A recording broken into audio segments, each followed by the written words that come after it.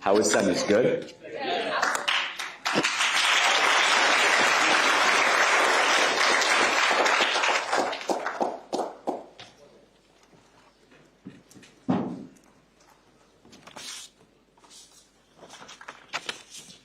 Elizabeth is here. Dr. Rakita is here. Professor Giddings is here. Thank you, sir. Mr. Mardini, will you take a seat, please? He's here. Chair's at Alvarez left, correct? Ms. Derringer is here. Commissioner Davis is here. Mr. Gambetti is here.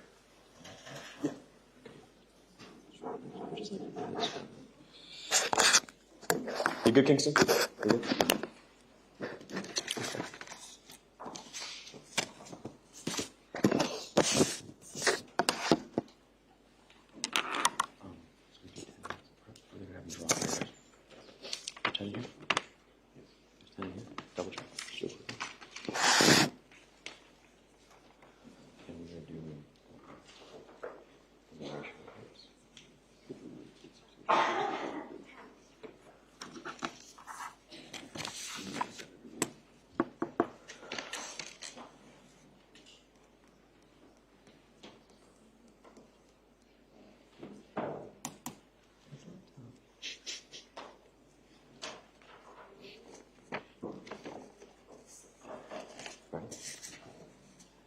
Ladies and gentlemen, congratulations. We are about to begin the Incubate Debate Winter Championship final round right here at Jacksonville University. Give yourselves a round of applause.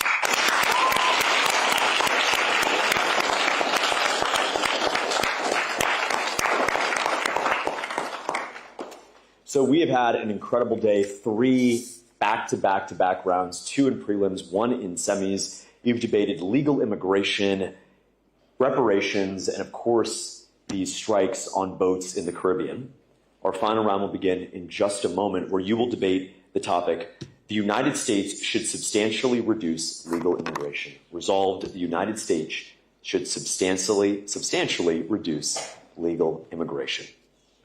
For this final round, your judges will be an undergraduate at Florida State College, Miss Elizabeth Burgess. Winner. Professor of Anthropology at the University of North Florida, Dr. Gordon Rakita.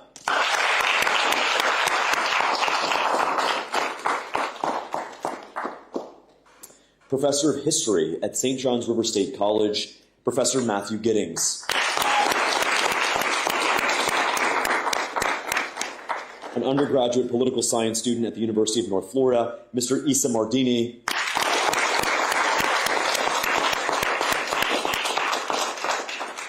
The founder of Teachers Treasure Chest, Miss Ashley Derringer.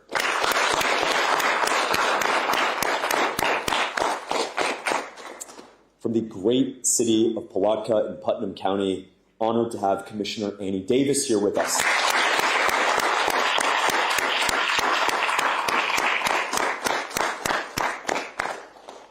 And a law student at the great University of Florida, Mr. Larry Gambetti.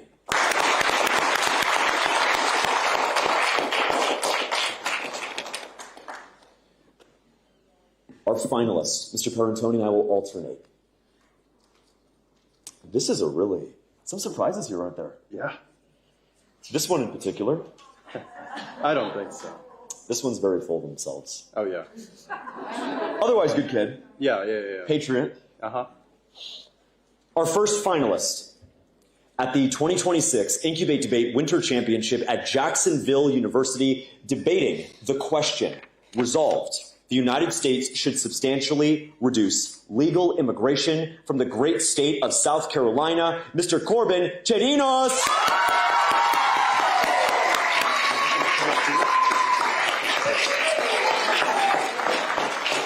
You're a winner. You're a winner. Take a seat right there. Bring yourself over there, too. Well, actually, come here back. Come back here, actually. We're going to have you pull out of the envelope now, live. The magic envelope, ladies and gentlemen. You know how it works. You don't know your side till right before, okay? Corbin, are you ready? Is it the envelope of sparkles or the envelope of doom? Depends on your hand. Try your luck. Try your luck. Fourth negative. Very good. All right. Have fun. Thank you.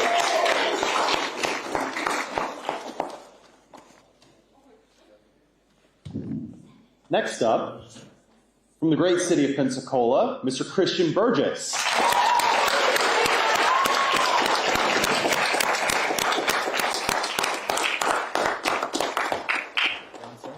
Congratulations. Thank you. Appreciate your good work. Back-to-back finals.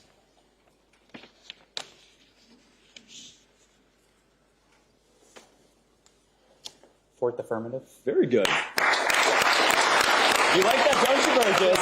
You love that.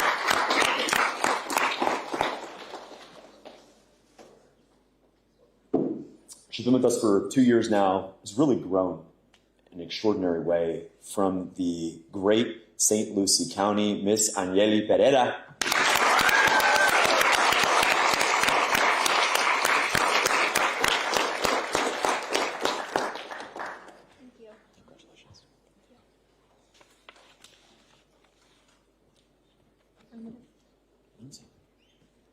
Fifth affirmative.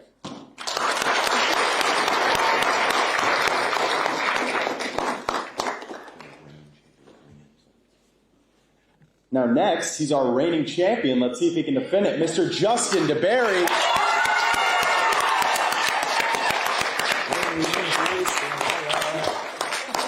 Congratulations, good sir.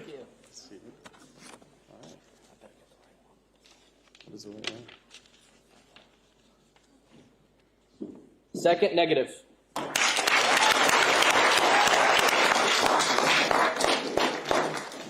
There's got to be a little bit of theatrics, otherwise it wouldn't be Incubate. Reaching into that envelope, knowing but yet not knowing at the same time.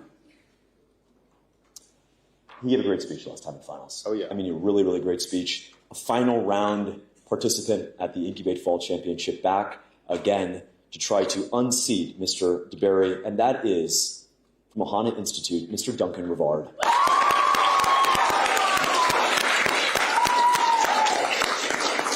The Patriot right here. Frame on. Take care of it. But I'm going to front later.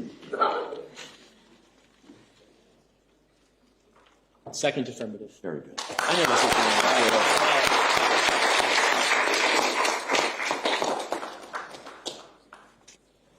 Another one from the great city of Pensacola, Mr. Owen Gibberman.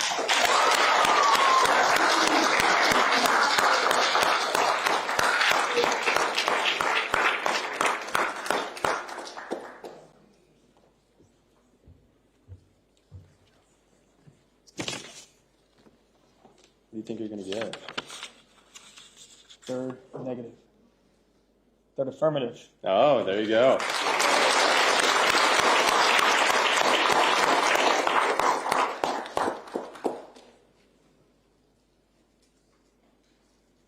So what to say about this? There's a lot to say about this young man. We could go on and on for hours, but perhaps there is only one word that encapsulates his perseverance, his love for country, and his faith, and that is fortitude. Mr. Rodrigo de Leon Ruiz.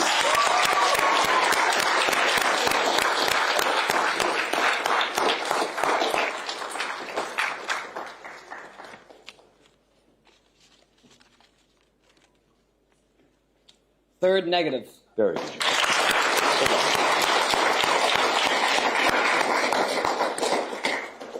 Another hailing from the great state of South Carolina, Mr. Grayson Smith.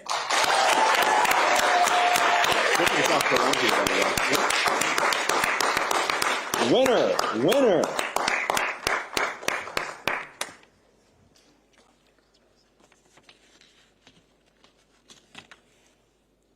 First affirmative.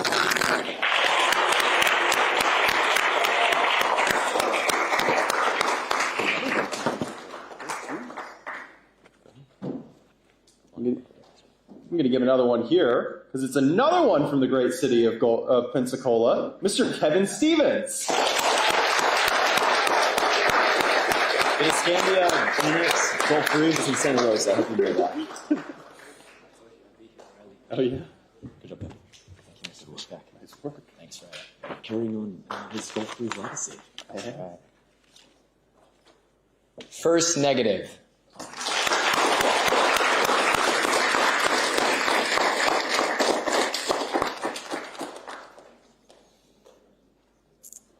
I still can't believe this individual is still in Incubate. Neither can I. It's been such a long time. I know.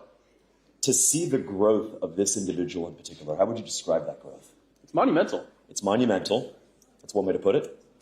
Really kind, really Yes. patient, always willing to lend a helping hand to new students, always willing to be that person who is kind and patient, and that would be none other than Lily Bell Nemo.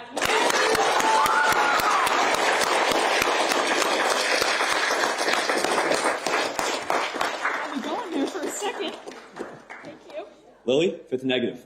Okay. Congratulations. Thank you. We're going to put a timer on for 10. I want to put your head of silence. Ladies and gentlemen, we're going to put a timer on for 10 minutes to allow our finalists to prepare their assigned sides. We ask that everyone stay seated, remain quiet, and we will get the final round started. We're actually streaming the final round right now, which is going to be fun. The way the final round is going to work is you're going to come up, you're going to put a microphone on, you're going to give your speech here at the podium, and then afterward, you're going to sit down for your cross-examination, your fireside conversation. Debate needn't be formal in every single respect. The formality here at the lectern and then commissioner, a little bit of a casual conversation, like many of the debates that we have over Christmas, or in my family's case, Thanksgiving. Pass the peas, what do you think about Trump? That becomes interesting in any event. Congratulations again to our finalists.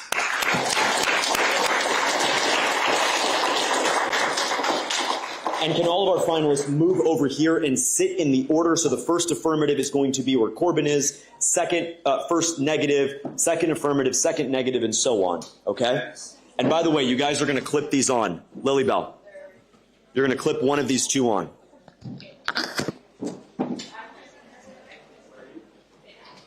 All right. The timer is going to begin now. Kingston, you can cut the audio for the next 10 minutes.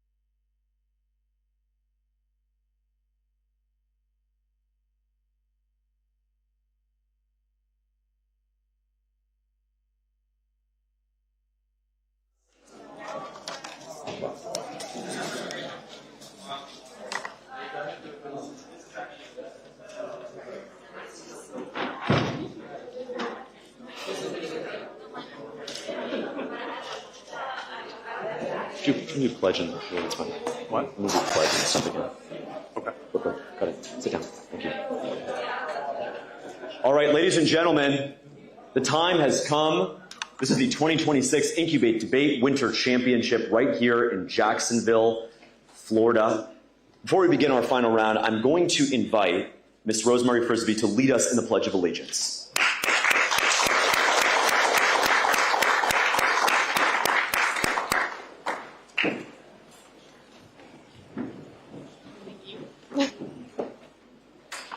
I pledge allegiance to the flag of the United States of America and to the republic for which it stands, one nation, under God, indivisible, with liberty and justice for all.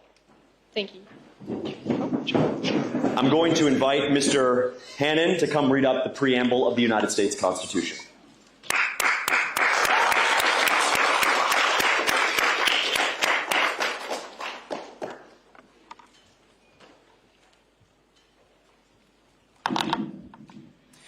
We, the people of the United States, in order to form a more perfect union, establish justice, ensure domestic tranquility, provide the common defense, promote the general welfare, and secure the blessing of liberty to ourselves and our prosperity. Do ordain and establish this Constitution for the United States of America. Thank you. Good job, Mr. Hannon. Our final round topic today is resolved.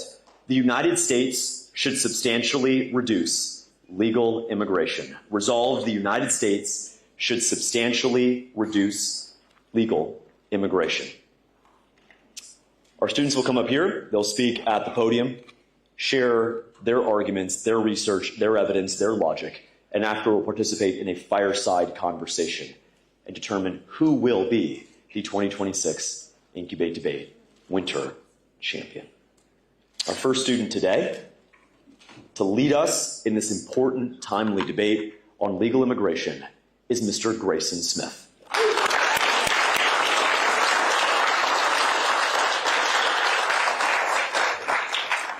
And cross-examining him, who will also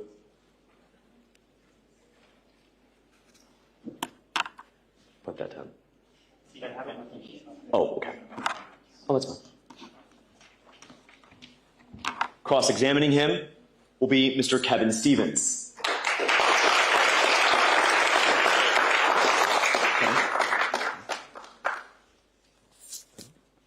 Thank you. Am I good to move around the stage? You want to say it? You're going to stand at the podium the entire time while you're speaking, all right? All right. Good. Good morning, debaters. Oh, I don't have one. Riley, this timer?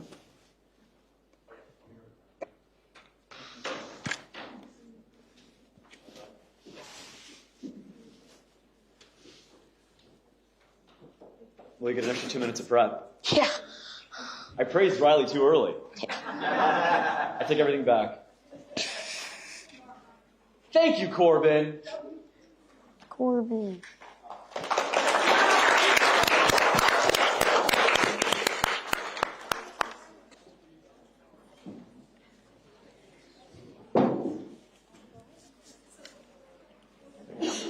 We have 3 minutes?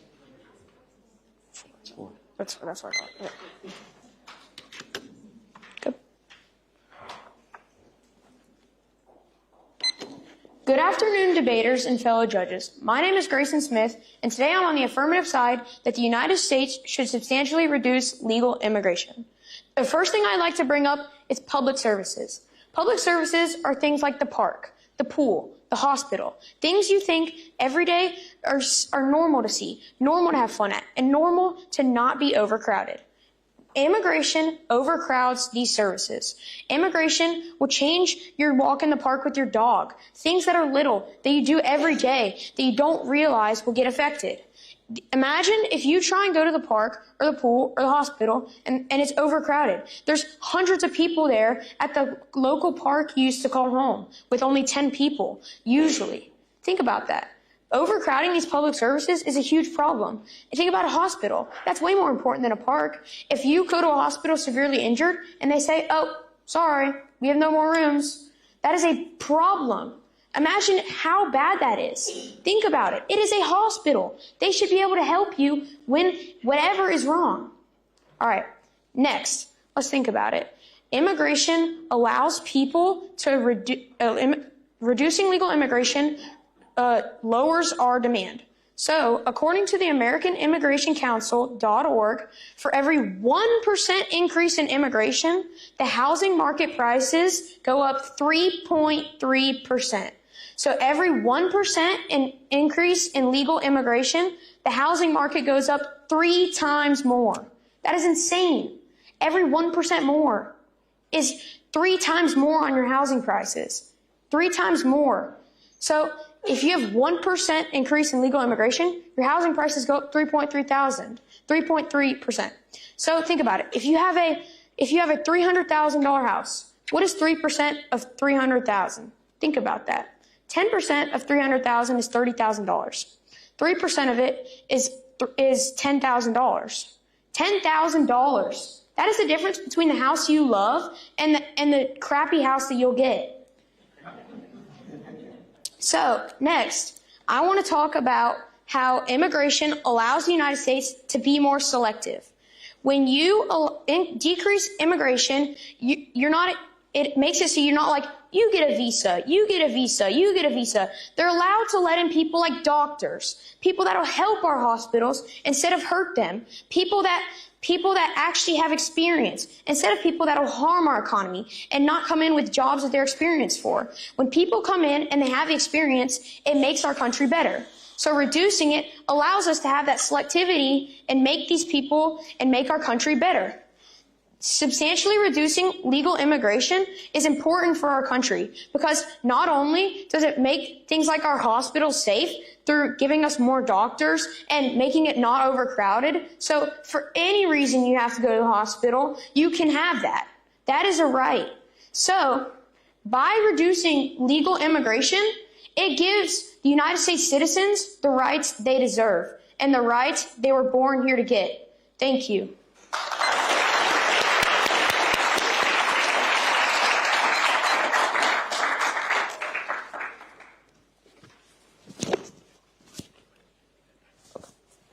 Okay, my bad. Is this on? Okay. All right.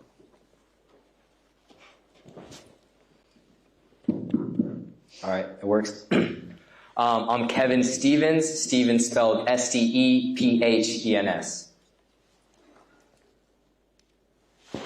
Oh. All right. So, Mr. Smith, do you agree that we should prioritize the American people? Yes. And what would you say to the American people that do not have jobs because there is not an availability to them? So the people that don't have jobs because there's an availability problem, that is a problem. And that is a problem, but wouldn't it be great if we had a solution to this problem? If it was done the right way. If it was done the right way. Well, immigrants start businesses at twice the native rate, in turn creating more jobs. So wouldn't this solve the job crisis on not being able to find jobs? Well, the more immigrants you bring in, the more overcrowded our country gets. How is our country getting overcrowded today?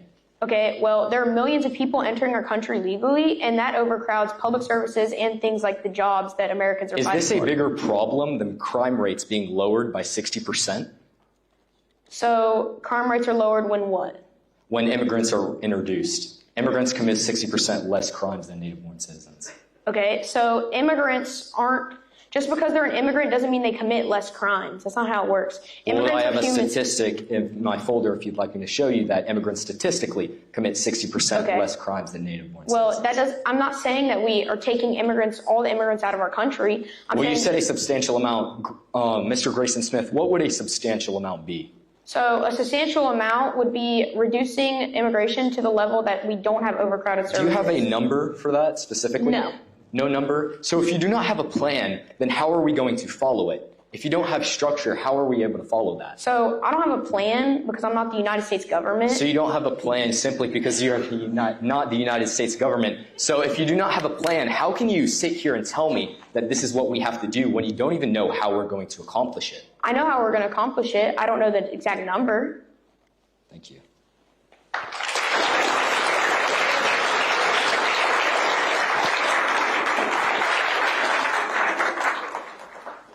Do I get a minute to look over it? 1 minute? Okay. Starting now. Oh, look over here. All right.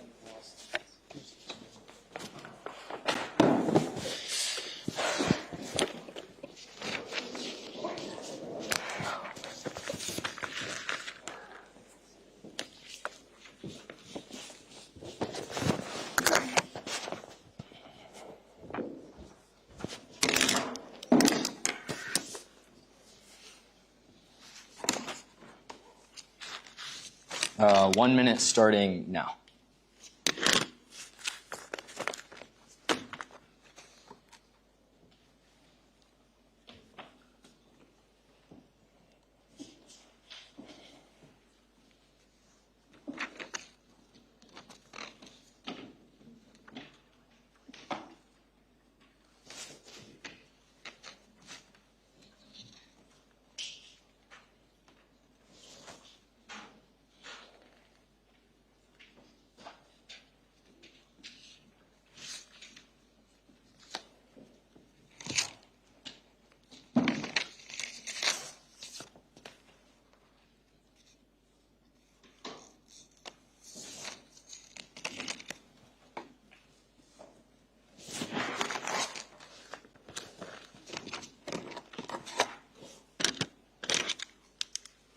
Ready.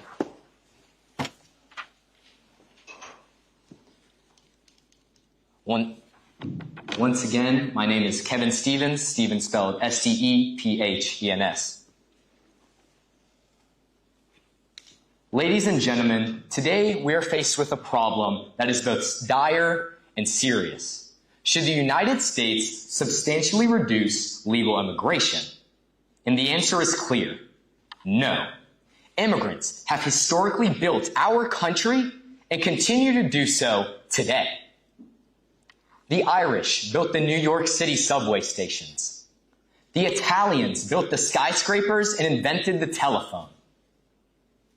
The Germans started the Industrial Revolution right here in the United States.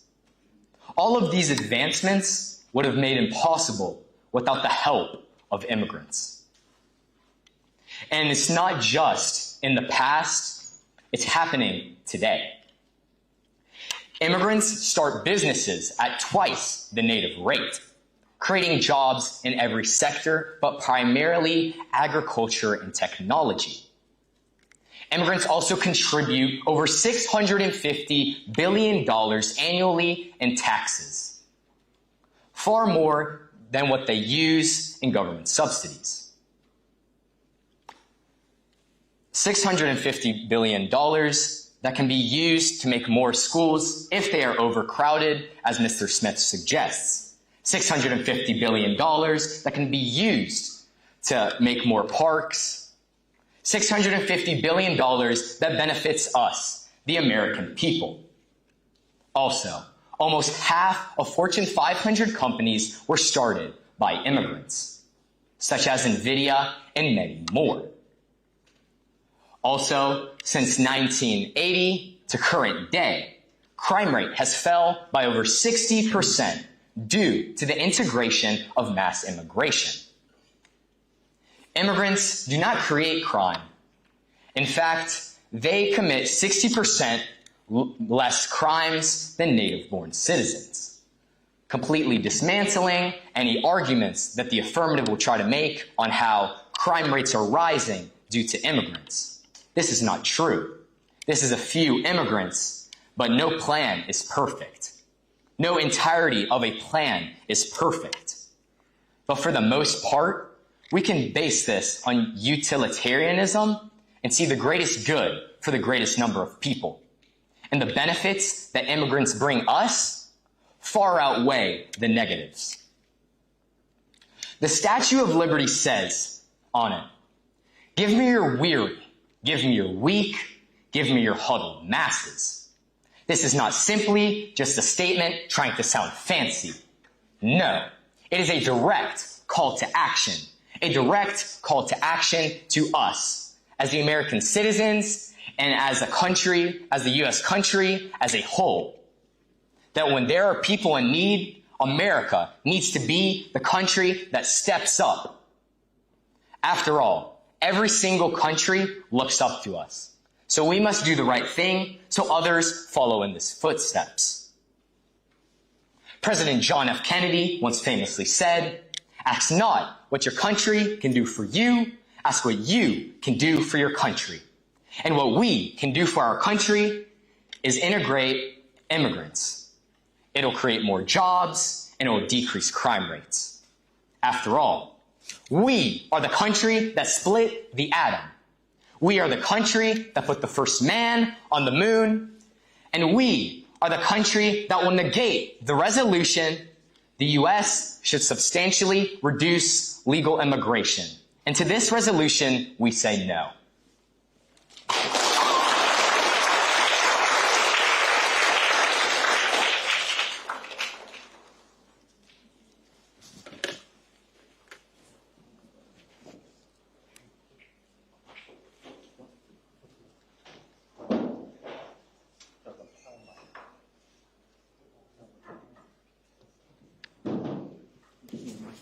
Here, I think there's one over here.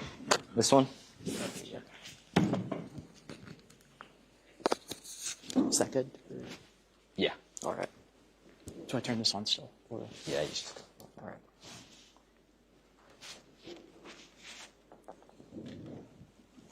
All right. And for my judges, my name is Duncan Rivard, and I am the second affirmative speaker. So the first question I have for you is about that 60% statistic, which I was not presented with any sources, by the way.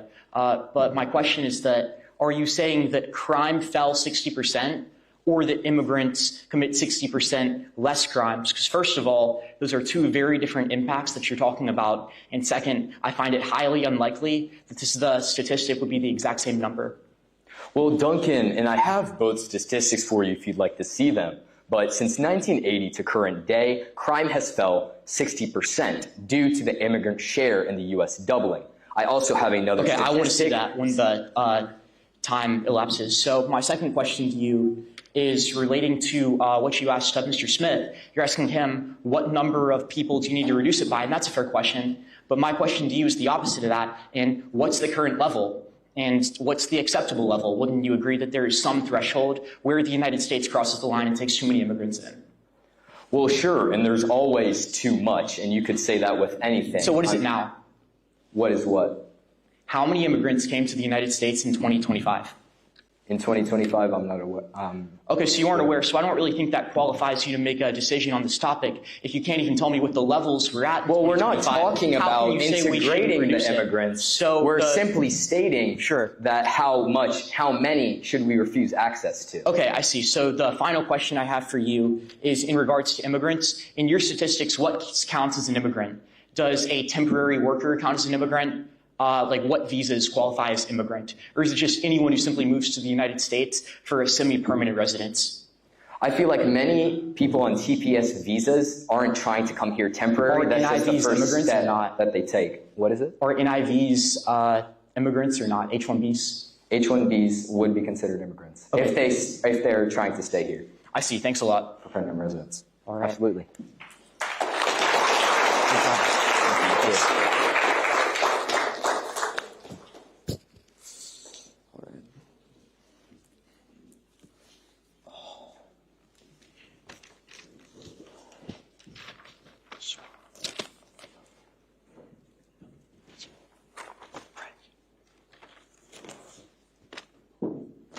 Sounds good.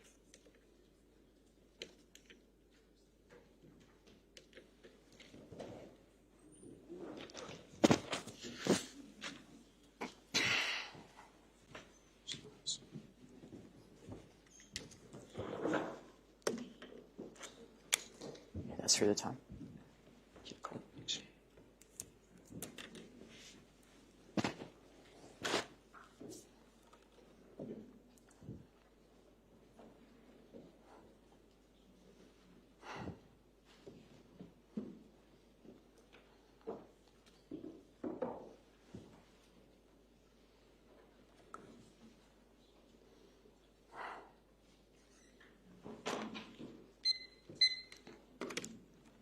And for my judges, once again, my name is Duncan Rivard, and I am the second affirmative speaker. And time starts on my first word.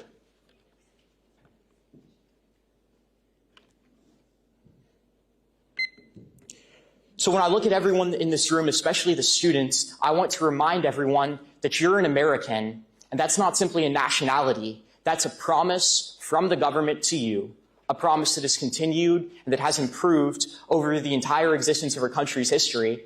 But what is that promise? That is a promise that you can live the American dream, that you can have a better life than your parents did, and that your child will be able to have a better life than you did. And that is a promise that you will be able to have access to affordable housing, that resources will not be too scarce for you to prosper, and it is a promise that you will be in a safe country, and that you will be able to be in a culture that embraces the values that this country was founded upon. And absolutely every one of these things are being threatened by mass immigration policies like the ones we see today. So my first point, and it was also touched on by Mr. Smith, is that housing.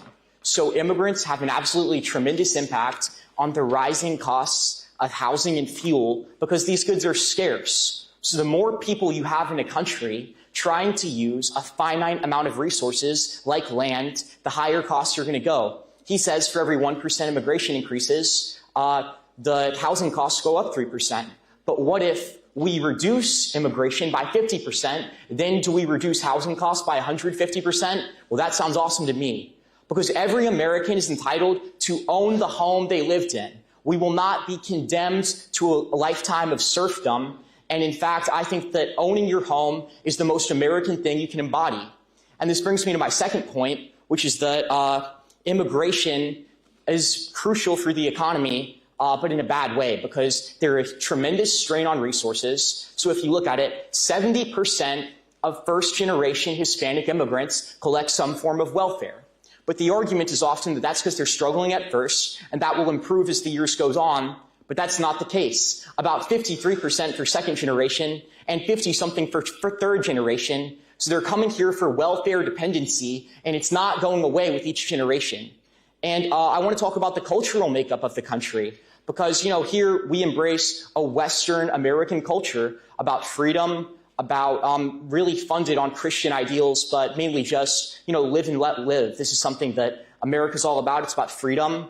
And that's something that a lot of these immigrants that are coming in, they don't embody. So I think that if you're talking about immigrants from third world countries, like Somalia, for instance, that's threatening the American ideals, that's threatening the American existence. And something else I want to touch on for the speech. So my opponent said that the first affirmative couldn't really make an informed decision on the topic of immigration because he didn't know what the levels were at and what they should be, but he demonstrated the exact same thing in the cross-examination. He didn't know what the current level was or what the breaking point would be. But in my opinion, the breaking point is now. Home costs are at an all-time high, and the welfare dependency is an absolute problem. So I think that it's something that every American deserves to own the home that they live in, and every American deserves to live in a thriving economy. But an economy is not about GDP. It's about how many people can have a great quality of life.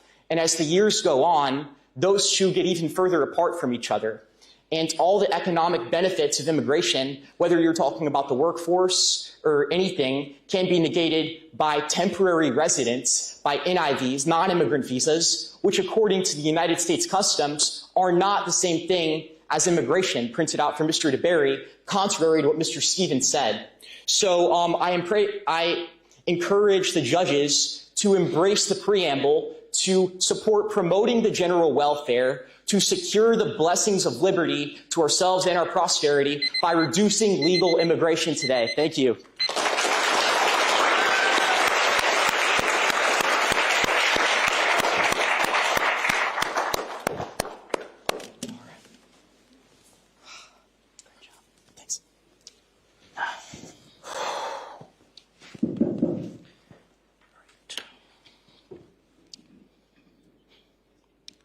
So a major component of your argument was this, idea that has been brought up so far about this debate about the concerns over overcrowding, containing all these immigrants with, housing. Yeah, so overcrowding wasn't my exact phrase. My phrase was, so what I said was that for scarce resources, the cost will be driven up by more people demanding them in a environment where it's a finite amount. Yes, but bringing in additional immigrants, obviously, that causes a expansion of the labor pool, and those people will be which available. can be done with non-immigrant visas, as I said in the speech. But my point is that this isn't really a problem with immigration. The problem might be caused by immigration, but the solution to that problem is not less immigration, but would be the increase of production of new homes, the increase of production of these household commodities that are needed for our American way of life. Yeah, well, it's pretty basic economics, Justin. The more people in a country that demand a finite amount of resources, the more those resources will cost. So that's what I'm saying. And it's also, proven by the data presented by Mr. Smith. In the packet I gave you, it says that 21% of the housing increases in England were as a result of immigration. Yeah, and also a basic law of economics. If there's more people who are able to be employed, you're able to produce more goods. Yes, at a which lower can cost be done more without efficiently. immigrants with non-immigrant visas. I also want to ask you,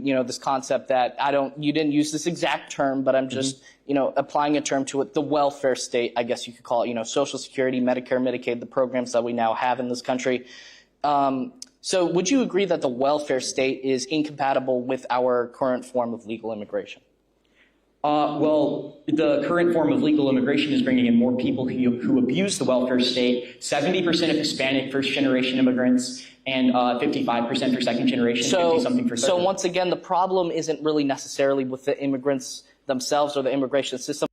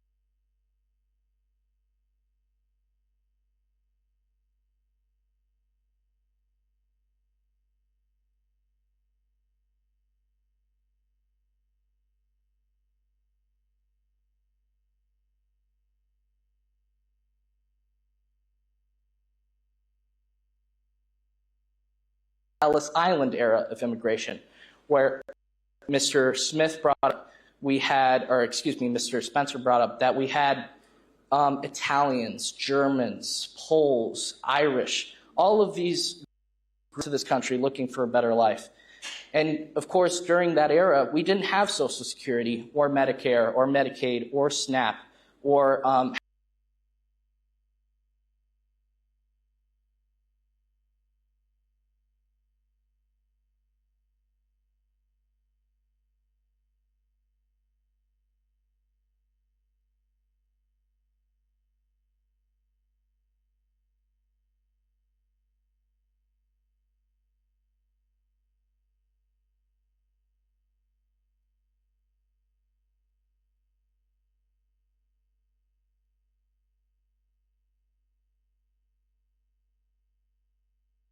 and how actually in many cases legal immigrants have not only increased in their amount into the labor force, but have also been a productive benefit to the economy broadly. The Center for Immigration Studies and the Economic Policy Institute have both released multiple studies showing that since the modern form of legal immigration was introduced in the 1960s after the passage of the Hart-Celler Immigration and Nationality Act, that not only have more legal immigrants come in, but they've also come in and greatly affected the economy in large numbers. And I also want to bring up a more specialized form of legal immigration that we often forget is how many pioneers in this country came through with our process of legal immigration, the Elon Musk, the Albert Einsteins, all those people that have greatly contributed to the arts, the economy, business, science, and how those are essential for the preserving of our nation's hegemony in the world. Thank you.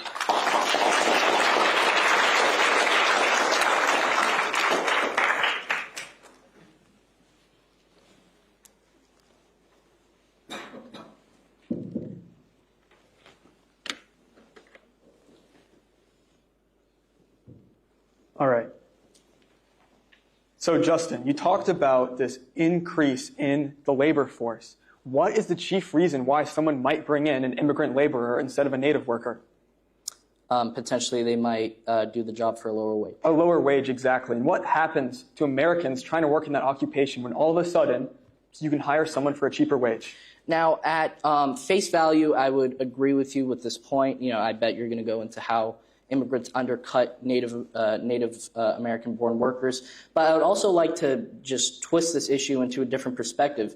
When you have more immigrants coming in, when you have, a legal amount coming in, that has an increase in the population. And then in turn, those people spend money, those people contribute, help businesses start their own businesses. All right, that's fine. I have another question. So you made this claim about the welfare state and how it's the welfare state's problem. Do you think the state of welfare in America is going to fix itself anytime soon? No, I think government action will be needed, and I think it should be directed there. And do you think this government action is going to happen anytime in the near future? Unfortunately, I don't. So we should probably assume that they are going to be abusing the welfare state for the purposes of this debate, should we not? Yes, a certain amount do. Okay, yes. So you do address that is a real problem with this debate and not just us going off topic. I want to add one more thing to that. And the reason why I brought up the Ellis Island era of immigration while making that argument is that form of immigration with the less welfare in this country that we have now, that was very beneficial and those immigrants contributed greatly. Okay, sure, but we greatly. have a lot more welfare in our country now, and that's not going to change anytime soon. Definitely not. I think we can agree on that. One more question. So Albert Einstein, he was obviously a genius. Did he publish most of his work after immigrating to America, or was he already a well-known scientist? He was already a well-known scientist. So whenever we're substantially reducing immigration, do you think we can probably still bring in renowned world-class physicists into our country? Yes, but I think it would be that's time. a lot more difficult.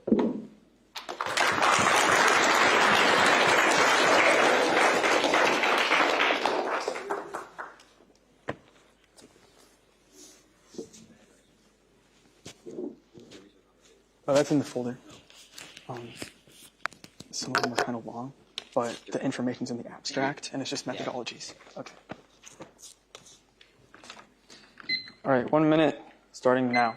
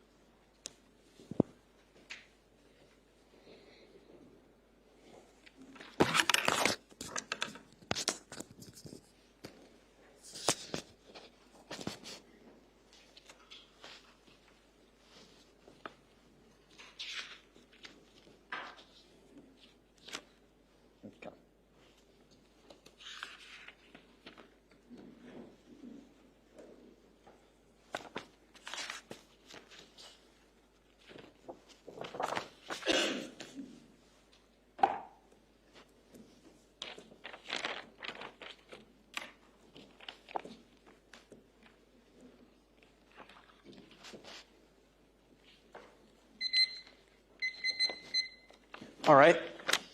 My name is Owen Giberman, spelled Giberman, representing the third affirmative on this topic.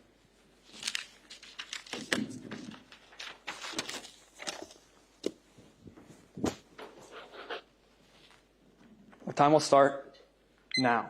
Legal immigration, yes, legal, is devastating not just Americans, hardworking Americans, laboring now, but is devastating the entire future of our country. Let's start off with the economy. Despite what Mr. Stevens says, and I think it's great that immigrants are coming here and building successful businesses for themselves and their families, but I would argue that the duty of the U.S. government is first and foremost for the native workers that have been working here their entire life, whether starting their own business or simply laboring in one of many occupations affected by legal immigrants. As Mr. DeBerry agrees, whenever we bring in these immigrants, it puts downward pressures on wages. And that's not just for low-skilled workers. Let's talk about high-skilled workers first. H-1B visas were invented with this idea of bringing highly skilled, highly technical workers into our country. But recent studies from the Economic Policy Institute found widespread abuse. Thousands of workers at companies like FedEx, Google, and Disney were being grossly undercompensated for their wages. In fact, thousands of them were being underpaid by $95 million.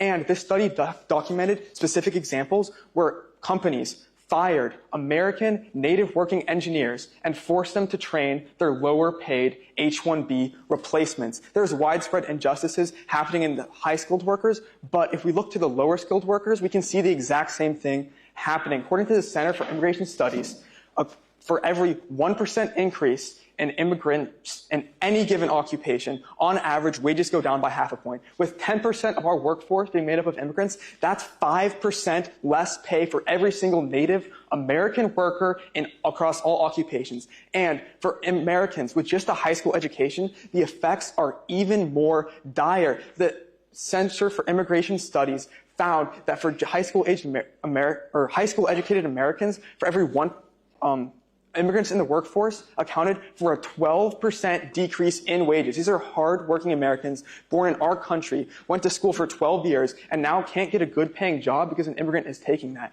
Yes, maybe small businesses are good. Yes, maybe we need cheaper houses. But what we have to consider first and foremost is our government's duty to its native citizens. And it's not just the workers now, it's the workers of the future. Immigration is devastating American education. Nelson Mandela once said that education is the most powerful weapon which you can use to change the world. But while dozens of Americans fight for our Second Amendment rights, our most powerful weapon is disappearing right under our noses. According to a Gallup poll, there's a record low number of Americans, just 35%, who approve of K-12 education. And that's not just a party divide. That's across all ages, all political affiliations, and all levels of education. All Americans recognize our education is going down the drain.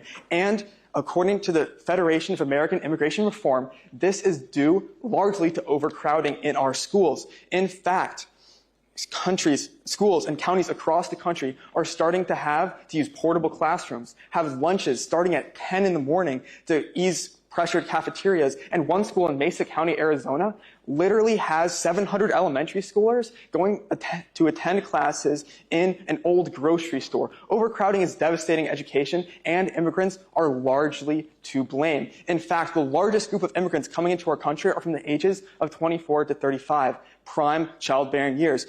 And immigrants are more likely to have children on average than their native counterparts. This is shown today. 1 in 5 students in our country is from an immigrant household.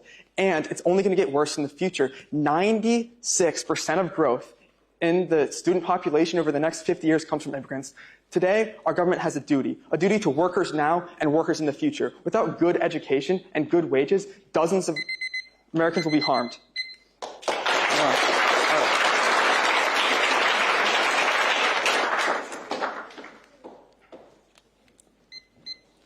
So my name is Rodrigo Dallin Ruiz. I am the third negation. I believe that we should not substantially reduce immigration, but I'm going to ask Mr. Giberman some questions.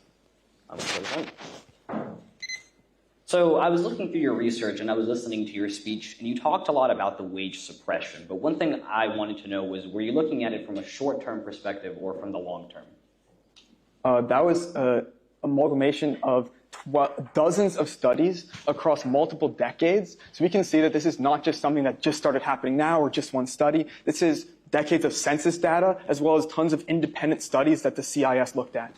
So I had one particular question because there was a report the CIS looked at that released earlier this year that found that actually most of the increase in wages happens to be something that is short-term, but yet not a long-term phenomenon. Do you know what the wage effect, according to CIS, is long-term versus short-term?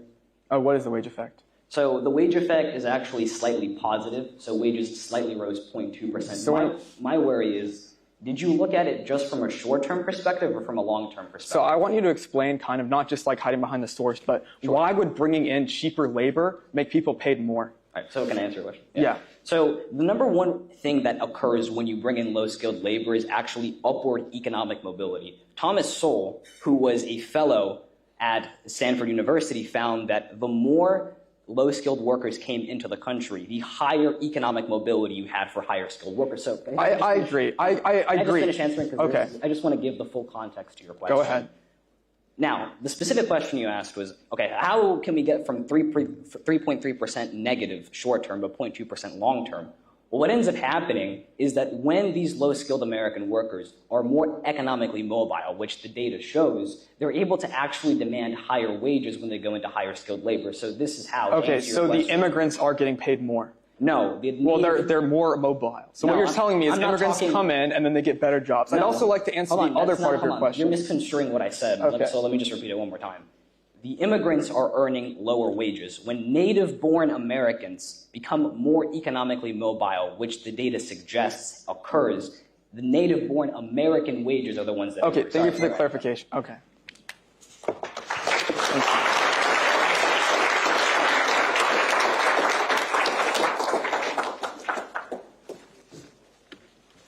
I'll begin the 1 minute of prep. Dude, holy stuff. Starts.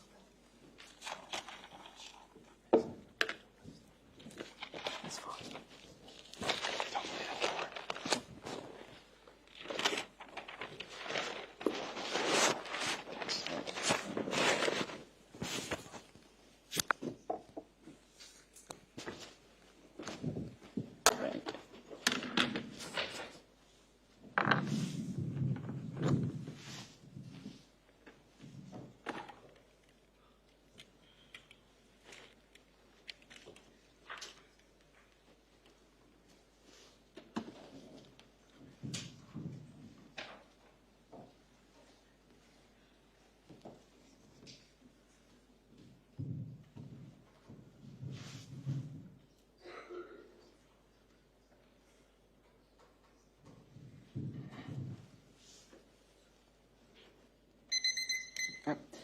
My name is Rodrigo Delian Ruiz. I am representing the third negation. I do not believe that we should substantially reduce legal immigration.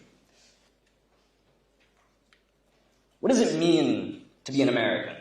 If I asked every single person in the room here what it meant to be American, I may get a variation of answers. But being an American is representing our creed. E pluribus unum. Out of many, we are one. Many people in this room come from various different backgrounds. But together, what we're able to do is create a better America. Now, there's two claims made by the affirmation that I would like to look at in particular.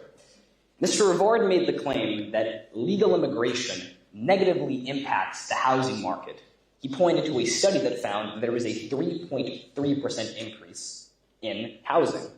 Now, this is a factual statement. But there is just one issue. There are dozens of studies by economist Thomas Sowell and by Nobel Prize-winning economist Friedrich Hayek that found that in the long term, the housing market tends to correct itself. Mr. Rivard asked the judges and everyone in this room to consider if legal immigration was worth it if we saw a 3.3% increase in the housing prices. But what I would like you and the judges to consider is, what does this look like in the long term? According to the National Bureau of Economic Research, housing prices increased by 3.3% within the first 2 years. But within the next 5 years, it resets back to average. So why are housing prices so high? Thomas Sowell found that it had less to do with immigration, but it had more to do with how the government regulates certain industries and with wage gouging. According to Thomas Sowell, the number one reason for long-term sustained housing prices is not legal immigration, as Mr. Rivard would have you believe, but is actually policies enacted by the government. Now, Mr. Smith also made the claim that legal immigration substantially changes our environment in the United States for the negative. But again, this is true in the short term, but not the long term. A study done by Congress in 2012 found that cities and municipalities and states that are properly allocated funding in terms of the number of people coming into a place were better able to situate themselves to handle an influx in migrants. With these two refutations, what I want to point out is the problem isn't the immigrants. The problem is, as President Reagan told us in his inaugural address, the way the government is addressing these issues. Now, there's something that Mr. Stevens brought up that I want to reemphasize. He made the claim that legal immigration drives innovation. And unlike the claims by Mr. Smith and Mr. Rivard, this is true in the short term and in the long term. Harvard found that 1/3 of all STEM entrepreneurial innovations come from immigrants. 1/4 of the highest performing students academically are immigrants. Legal immigration improves our innovation in the short term, but also in the long term. And finally, I want to present my claim, which is that legal immigration better allows us to be competitive on the international market. I was talking with Mr. Gimmerman about economic mobility. What Thomas Sowell and Frederick Hayek both found is that increased immigration in low-skilled sectors allows for native-born Americans to be more economically mobile, go into higher-skilled labor, and in the long term, gain more wages, which allows us to continue our innovation that are seen by immigrants like Elon Musk. In the short, legal immigration seems like an issue, but a holistic analysis of the immigration subject allows us to see that the government is the problem and not the immigrants themselves.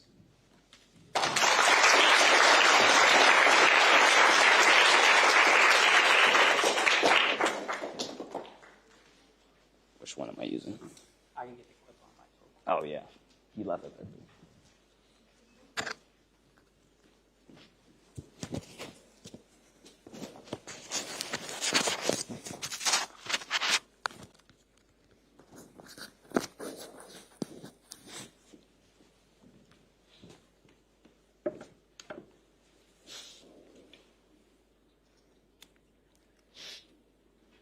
Yeah, you can use this one.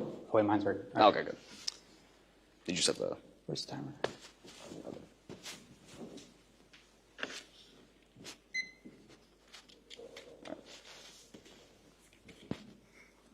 Judges, my name is Christian Burgess. I am fourth affirmative, and I'll be questioning.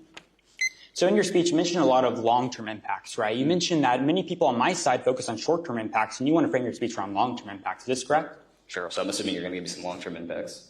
Of course. Do you agree that a lot of immigrants, especially from poorer countries, cause long-term economic drain in our country via the welfare system? So this is in particular where you have to be careful about the framing. Mr. Rivard brought up a statistic that 70% of all Hispanics are reliant on welfare. However, a holistic economic analysis done by Harvard Business School found that many millions of immigrants who claim to be on welfare are actually illegal immigrants who commit welfare fraud by registering That's not true. I actually have a study regarding legal immigrants from the Center for Immigration Studies. 48% of households where the head of the household is a legal immigrant have welfare in the first 3 years of getting there, while if they're there for 10 years or longer, it goes up to 53. So it shows that as the longer the immigrants stay in our country, legal immigrants, not illegal immigrants, the longer they stay in our country, they're causing economic drain. So how could you frame your debate around long-term impacts when clearly legal immigrants are causing long-term economic drain? So I would counter that by pointing to factual statements that contradict that statement. I know the specific study you're referring to. There's actually been 2 separate studies done by the exact same center you were talking about that found that it wasn't actually as detrimental as you were talking about. When you segregate for different kinds of legal immigrants that come in, you find variation. So there are some immigrants that What's the source? It's the same source you cited. They put 2 different studies afterwards. Are you aware about the remittances system? Can I just finish answering your question first so I can answer your No, I got your answer. Are you familiar with the remittances system in our country? You can make me familiar with it. Yeah, so earlier it was mentioned that immigrants contribute $600 billion to tax revenue. Are you familiar that almost a third of that, with $200 billion, is actually given through remittances sent back to their home country, not invested into our home economy? Yes, but what I would say is that if you look at what they actually contribute to the country, you find that what they do far outweighs what you're talking about. For example, there was a study done by the National Bureau of Economic Research that found that 60% of all job increases from native-born Americans come from immigrant-started companies, and it allows native-born Americans to be more economically mobile. Thank you.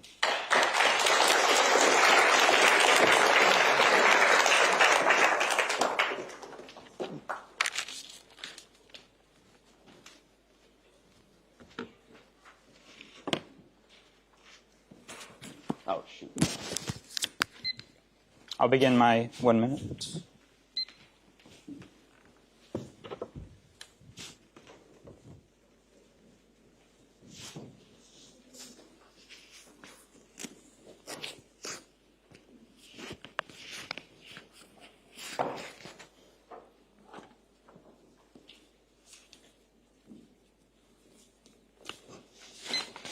All right, I am ready.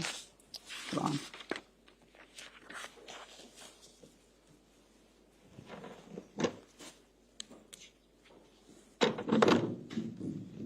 Judges, my name is Christian Burgess. I'm representing the fourth affirmation. Today, I'll be defending the position that the United States should drastically reduce legal immigration. I'll begin with a quote from former Republican nominee Pat Buchanan. As Rome passed away, so the West is passing away, from the same causes and in much the same way. What the Danube and Rhine were to Rome, the Rio Grande and the Mediterranean are to America and Europe, the frontiers of a civilization no longer defended. Today, I'm here to defend the position that our civilization ought to be defended by reducing mass migration. My case is very different from my peers, both my teammates and opponents, because I am offering a middle ground. I have a clear framework for how I'm going to reduce mass migration. The World Bank lists a country. They classify countries by high income, middle income, and low income. Today, I'll be arguing that we should only accept immigration from high-income countries. This represents 45% of the immigration we receive, so this constitutes a major reduction while we are still receiving a lot of immigration. In this way, we can keep the inventors and the innovators that are mentioned earlier. We can keep the Germans, which are a high-income country. We can keep the French, which are a high-income country. We can keep the Italians. What we have to get rid of is the parasitic third-world immigrants that are coming into our country en masse. The facts in this are clear. We have looked all over America, and we've seen fraud scandals after fraud scandals. The truth is, we cannot let this go on any longer. The reason that this is so important is that we don't have to make a hard decision on this. We don't have to ban immigration outright, and we don't have to have an open border either. Judges, I want you to pay close attention to the topic's wording. If I'm arguing that we should reduce mass migration, I do not have to argue for a closed border. Mr. Stevens mentioned Germans, Italians, and French. I can invite these people into our country with open arms while still understanding the fact that low-income countries and send immigrants in here en masse, and on a broad scale, they do not contribute positively economically. I want to drop a bombshell point that has not been mentioned yet, which completely outweighs all my opponent's arguments. Remittances. My opponents mentioned earlier that immigrants contribute $600 billion to taxes. What was not mentioned is the massive impact of remittances on this. Remittances is when an immigrant goes into a country, works a job, and sends the money back to their home country to support their family at home. According to migrantpolicy.org, remittances in 2023 made up $200 billion.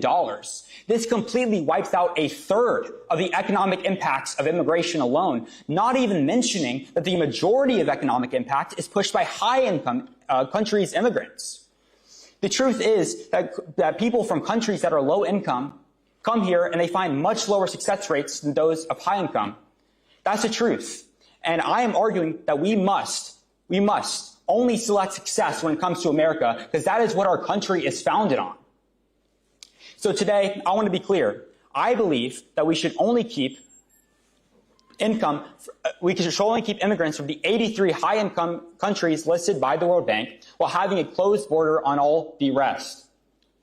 On January 20th, 2017, Donald Trump took his speech right after being elected president, and he stood behind a podium much like this one.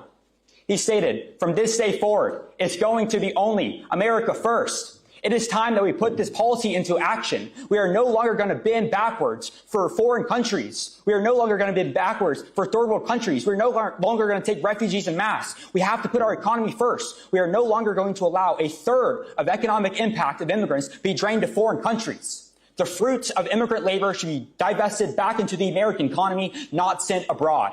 That is why I believe that we should drastically reduce legal immigration and restrict it to only developed countries." Thank you.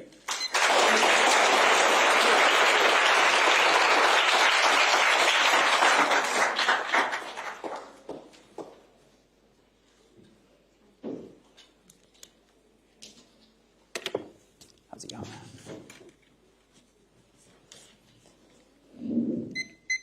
Hello, my name is Corbin Chirinos, Korbenchirinos. Whenever the judge can give me an indication.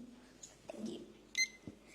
Now, in your speech, you described a solution to the problem of mass immigration. And this was that we only allow people from high-income countries to immigrate here. Is that correct? That's correct. Is that the way I'm understanding it? That's correct. Okay, so my problem with this is, are you assuming that only high-income countries can provide educated immigrants? No, I'm making a practical approach. My argument is pragmatist. I'm arguing practically we can only take immigrants from high-income countries because this is what is going to maximize the economy, because the remittances I mentioned earlier, majority of those are to low-income countries like Guatemala, India, and Mexico.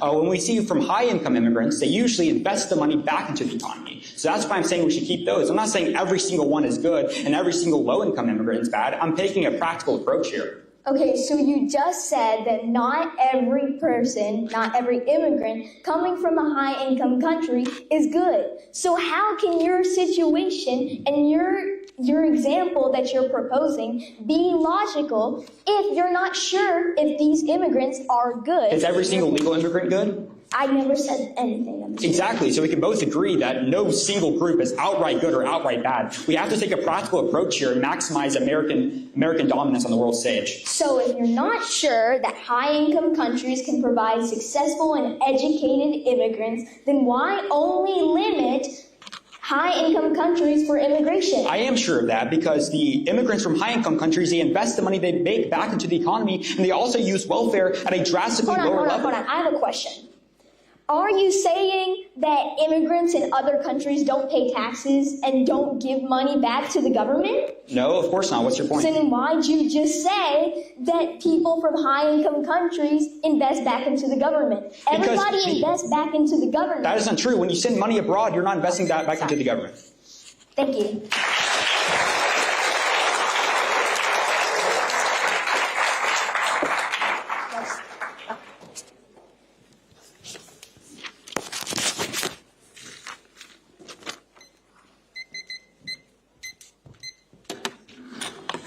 I am starting my 1-minute prep time now. Is this yours?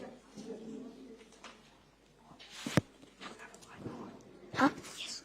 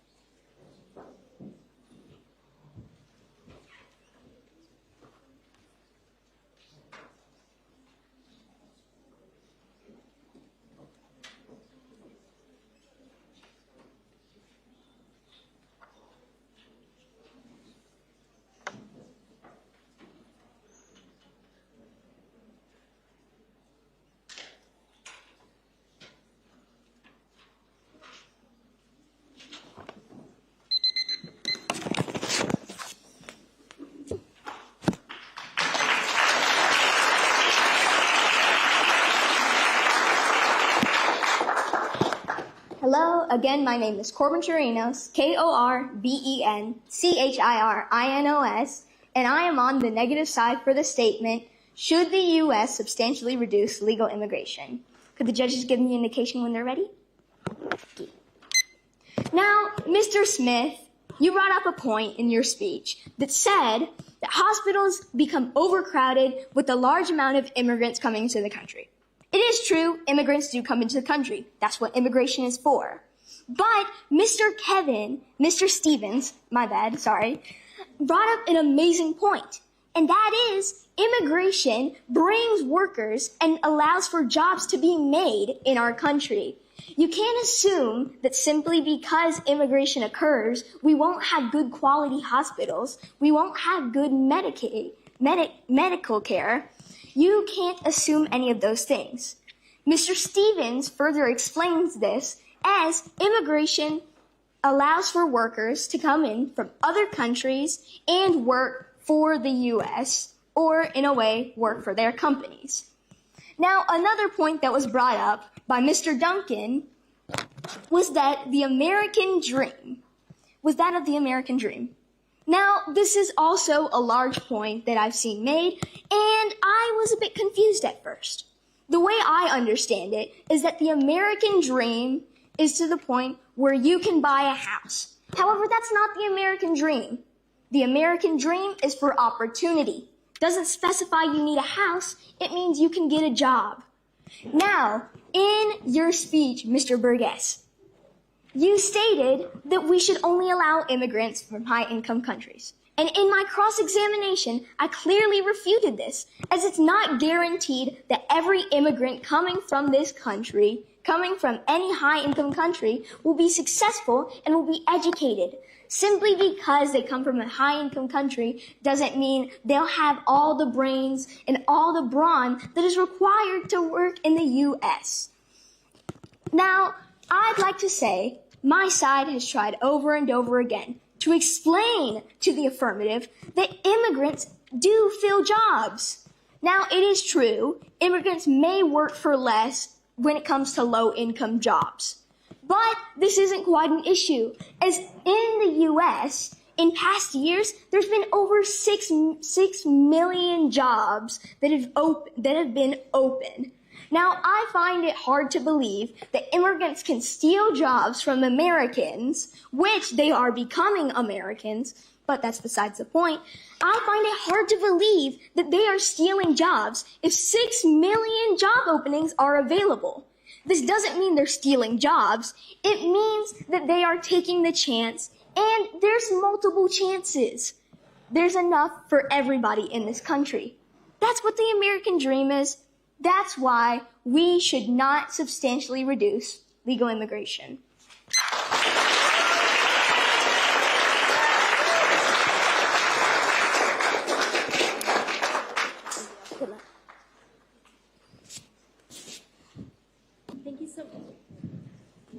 Thank you so much for your speech, Ms. Corredo. Sure. First question I would like to ask you, what does good immigration look like to you? Well, good immigration to me can mean a few things, but I think that the best thing that I could describe good immigration as is people coming into the country for opportunity to maybe help out their family, and they successfully do that. That's good immigration to me. All right. Would you agree that legal immigration is encompassed by a lot of things? I would agree that it is. There's a lot of different factors that go into it, yes. Great. So, to my question, first of all, I am Cuban. If you don't know this, here in the United States, if you are Cuban, you can immigrate to the United States illegally. And if you're here for a year, at a year and 1 day, you can apply for residency in the United States and become a resident. Would you consider that to be legal immigration under this resolution? Well, that's a hard way to say. If you come here illegally, then it is technically illegal. But if there is a law in place to allow for legal immigration, then it technically would be illegal, yes. All right, thank you. I would also like to go ahead and touch on the point that you say that there is enough in the United States for everybody. Is that correct? I said there's enough job openings. Job openings. All right. So on that, would that at all extend to the housing crisis or to other welfare programs? Thank you for asking. That's an amazing question, and yes, it does. Immigrants provide a large part of the housing industry. It helps with construction, it helps with contracting, and they can provide less prices for housing because of the sheer amount of houses that they can build. Do you believe there will be any environmental issues that will come with this? Well, there's always going to be environmental issues. There's always going to be more Americans. There's always more birth. That's just a normal thing. There will be environmental issues. It's a sad thing, but it happens when you build houses and when you cut down trees. All right, thank you. That is.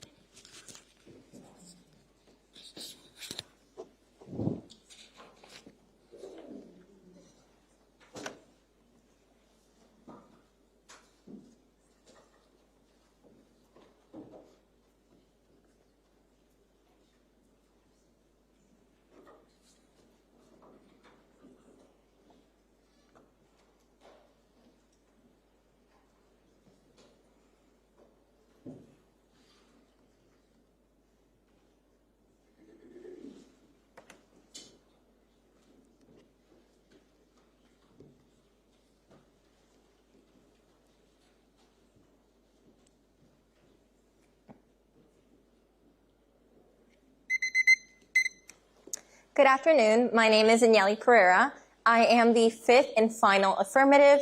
My judges, may I begin? I affirm the resolved. We, the United States, should substantially reduce legal immigration. Firstly, allow me to come up with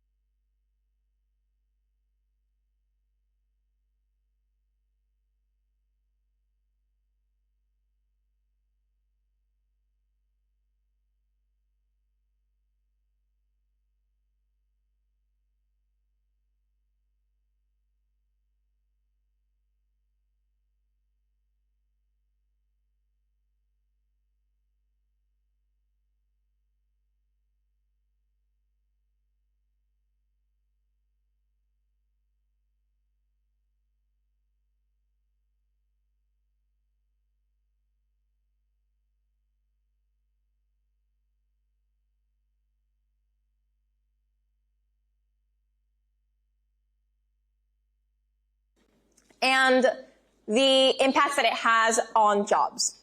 So I really appreciate the point that was brought up by Mr. Berg, the affirmative prior to me.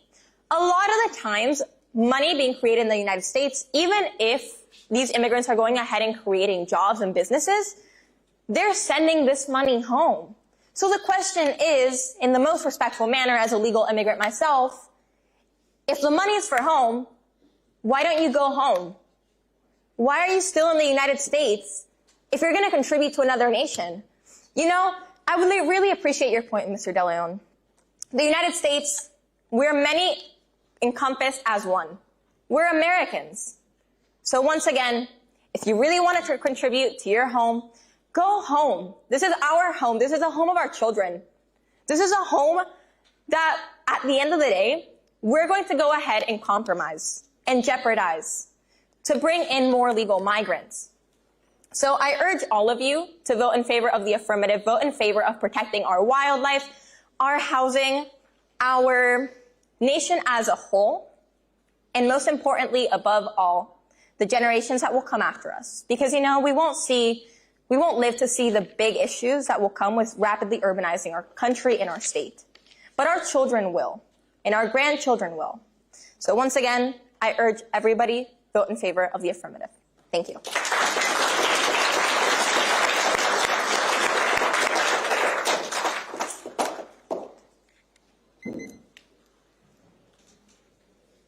Ms. Pereira, Ms. Menino. Can you hear me? Okay. Are you ready? Yes. Ms. Pereira, you bring up environmental impact in your speech. However, that is not to be blamed on immigration. Regardless of immigrants coming here or not, we are going to continue industrializing our country. Our environment started to decline as soon as we were destroying the ozone layer all those decades ago. This is not linked to immigration. However, I'd like to go ahead and say the issue is not urbanization itself. Urbanization can be a wonderful thing. The big issue is rapid urbanization. This is what goes ahead and compromises our Everglades, our beaches, and continuing to allow the amount of legal immigration that we have nowadays is when we're going to go ahead and see these issues, see these places that are so dear to us being destroyed. In what cases and where are immigrants destroying our environment? Immigrants are not destroying our environment. The strain that they're putting on our housing crisis and the amount of them is what's putting strain on Give me an example. And an example is our beautiful state, Florida. We once again have the Everglades, we have our beaches, we have our ecosystem that we want to protect. When we go ahead and have 800,000 people immigrating into Florida, these people are going to need 800,000 houses that we're going to have to build. When we build them, we have to go ahead and destroy our ecosystem. Okay.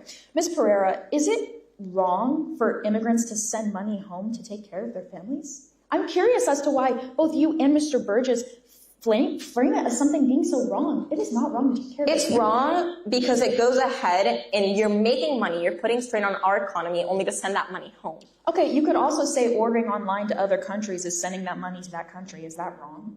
Is that wrong? Can you elaborate on that? Like, what do you mean? When we buy something from countries, we're sending money to that country. Is that also wrong?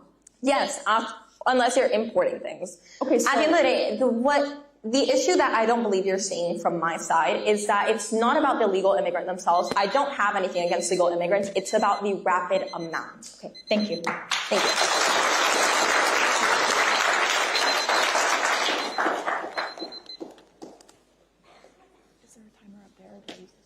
Use that one.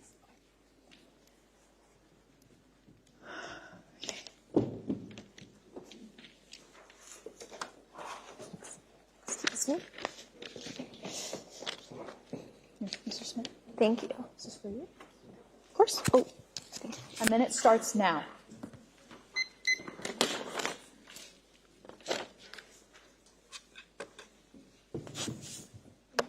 I have one. He needs it.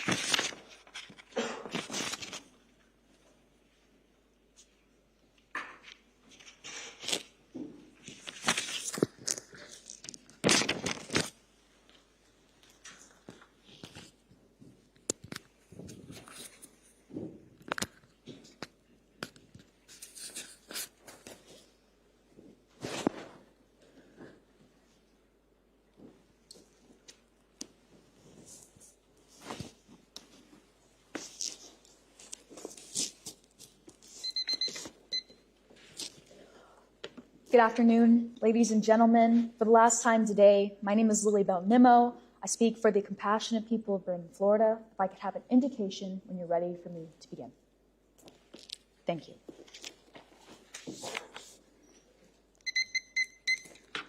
Time after time, we have told immigrants to just come here the right way. If you do things the right way, you're welcome here. But now we go back on our word. No, you can't come the right way. Don't come at all. Go home, as Ms. Pereira stated. And I question why, as a nation, we are so free with being so hypocritical. All across the board today, the affirmation has taken our nation's problems and blamed them solely on immigrants. Mr. Smith, you bring up overcrowding in public spaces such as hospitals, such as parks.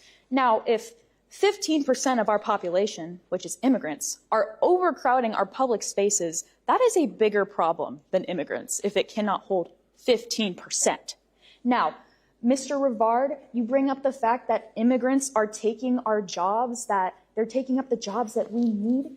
So I'm curious as to why then we are still in a labor crisis, we are still in a joblessness crisis if we have people who want to take up those labor jobs. Mr. Rivard, you also bring up the fact that immigrants don't immediately assimilate into our culture. Where on earth is it a rule or requirement that they must be exactly like us when they come here? It's not. Mr. Burgess, quite frankly, I am appalled at you comparing third world immigrants to parasites with masks on. I am so confused on why you immediately turned it from should we reduce immigration to we should only reduce it to high-end immigrants or high-value immigrants. This is a very classist take, in my personal opinion. Now, Mr. Gibberman brings up the fact that companies will fire our native workers to hire immigrants to lowball and underpay them. That is not immigrants' fault, that companies are greedy and want to squeeze out every single penny they can. That is a side effect of corporate America and has nothing to do with immigrants. Now, Mr. De Leon Ruiz, you brought up the current value and enrichment that immigrants bring to our country, and I could not agree more, which is where I go back to Mr. Stevens' point on, no, not Mr. Stevens, Mr. Smith's point on overcrowding. Our current population rate is at 1.6. In order to repopulate enough for our next generation, we need it at 2.1, according to Johns Hopkins Medical Center. We have immigrants coming here and having children. They make up for 1/4 of our births here. Clearly, we need them to continue our beautiful nation. Clearly, we need them for another generation of workers, a generation who supplies us with food, supplies us with houses, supplies us with labor. The affirmation has tried to convince you that immigrants are the source of every problem in America, but I'm here to tell you today that is factually wrong, is ethically wrong, and it is logically wrong. And I think I speak for my entire side today when I tell you that we negate immigrants keep this country great. Thank you.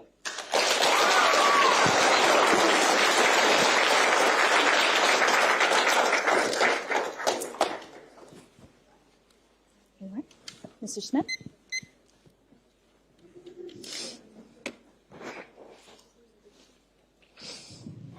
Right? Yes, sir. So you mentioned in your speech, if our country can't hold a 15% increase to our population, then it is a bigger problem. But 15% of our populations is tens of millions of people. So you're saying if a park can't hold tens of millions of people, it's a problem? Mr. Smith, what I meant there is that immigrants make up 15% of our population. And if our tens of millions of people. Millions. Yes. And if our public spaces can't take up 15% of what they're meant to, that's an issue. So if my local park can't hold 20 million people, it's a problem? You're misrepresenting what I'm saying, Mr. Smith, but go on. So if 15% of our population is 10 millions of people plus, right? So if we can't hold 15% of our population in a public service place, it is a problem, correct? If all across the country we cannot take care of 15% of our population, that is an issue. Yes, but you brought up how I said parks and hospitals and stuff like that. So how can one hospital hold millions of people? Mr. Smith, I'm not saying that. I'm saying as a country. I gave your example because that's what you said. Okay, thank you for your time. Of course, thank you.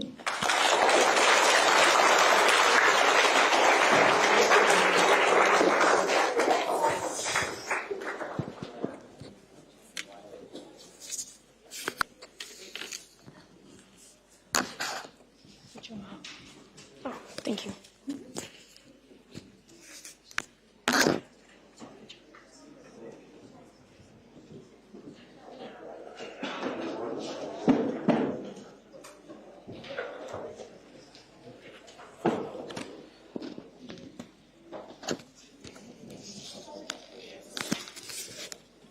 Ladies and gentlemen, give it up for our finalist at the Incubate Debate Winter Championship. That one right there, I like that one. He's a patriot. We are going to ask our judges to step out. And go with Mr. Parentoni to deliberate after a difficult round. And you'll be back in about 10 minutes. In the meantime, in between time, I am going to announce our certificates. And then we have the laptop, right? For the Hemingway. Oh, I'll send that. All right. Elijah will bring it up to you. Hemingway, you have it? Yeah? Bring it up here.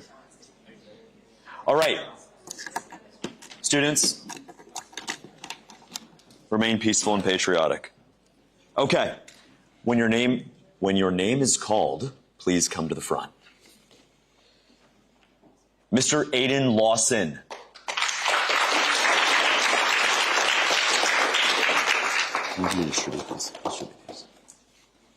Miss Miley Silva.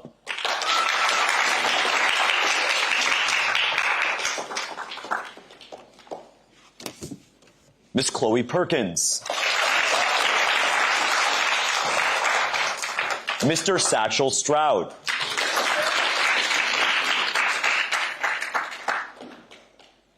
Mr. James Saleby.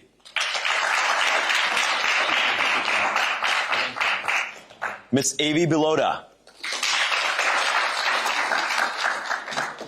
Miss Eugenia Carter.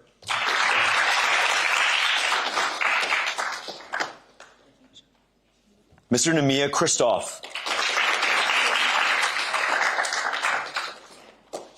Mr. Roberts Box. Mr. Owen Gibberman.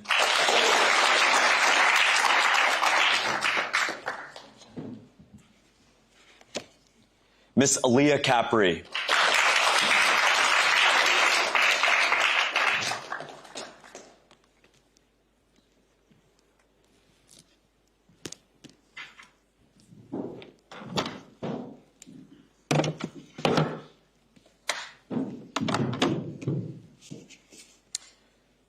Mr. Leopold Rao. Mr. Mason Benke. The incredible Robin Kaysen. Miss Madeline Halfman. Miss Hannah Hosseini. Mr. Rodrigo de Leon Ruiz. Miss Elizabeth Ross. Mr. Benjamin Andrews. Mr. Advik Gupta. Miss Sophia Zeledon. Mr. Grayson Smith.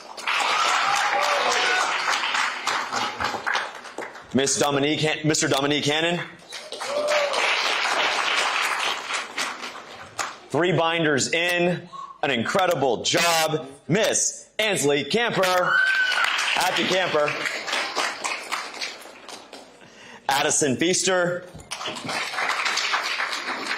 Mr. Luke Sontag. Miss Sophie Johnson.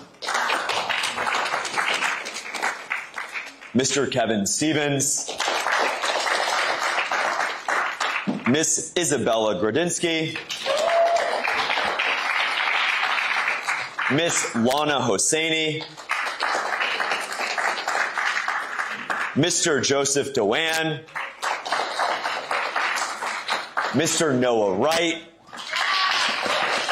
All the way from Key West. Mr. Mustafa Bakil. Miss Cadence Kelly. It's an incredible young man. I saw his speech earlier today. Mr. Miguel Komarov. Miss Claudia Berrientos. Mr. Rayash Desai. Miss Arisha Ediga. Our reigning champion, we will see, ladies and gentlemen, if he defends it. In the meantime, in between time, Mr. Justin DeBerry from Broward County, Florida. Miss Ishika Doma. Miss Brenda Cruz. I cannot believe you did what you did up here. Incredible job. Mr. Corbin Chirinos.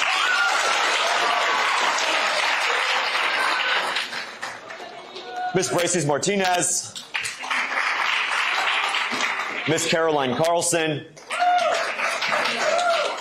Miss Lily Bell Nimmo.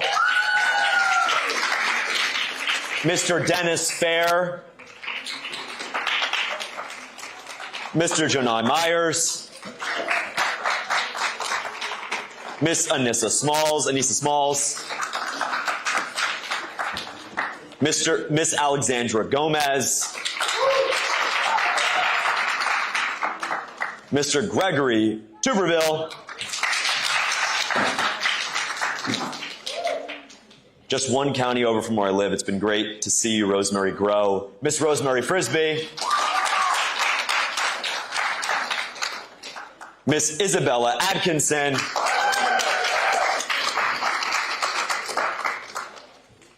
Kason Melville.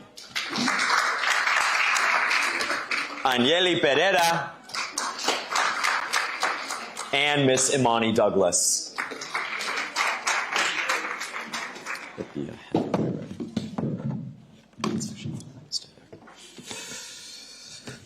And then Hemingways are here.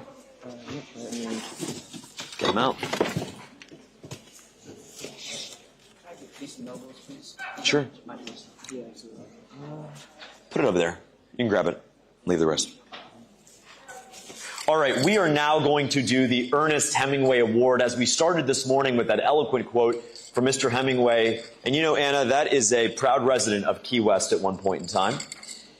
To our friends here from the Basilica School. There is nothing noble in being superior to your fellow man. True nobility is being superior to your former self. Ladies and gentlemen, raise your hand if you are walking out of here better than you walked in. W's in the chat. Congratulations. Great job. Excellent job. With that said, we created the Hemingway Award so our judges could recognize students who made extraordinary progress in the preliminary rounds. We have 2 Hemingway Awards for each of our preliminary rooms. And because of Elijah Miller, by the way, thank you, Elijah Miller, for coming here, for helping out, for volunteering, for your leadership.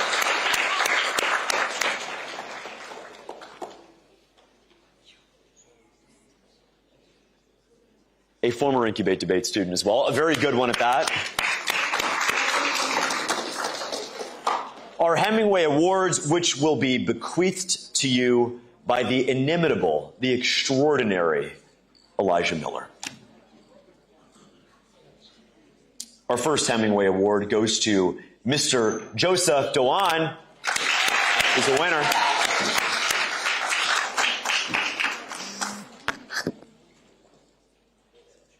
Our second award, Mr. Benjamin Andrews. Miss Rosemary Frisbee.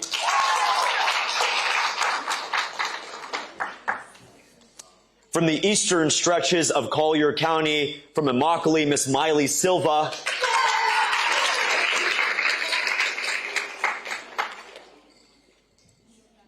I saw her speech this morning, an incredible job, and I'm sure the growth was absolutely there. Miss Madeline Halfman. Miss Anissa Smalls. Claudia Berrientos.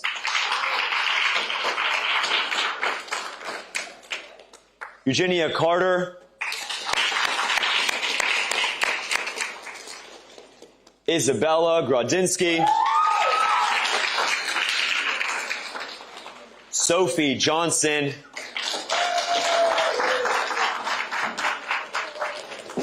Luke Sontag.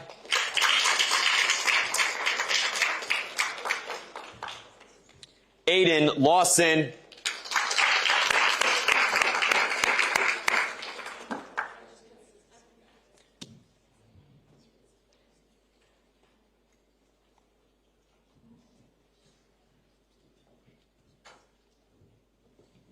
Miss Sophie Johnson.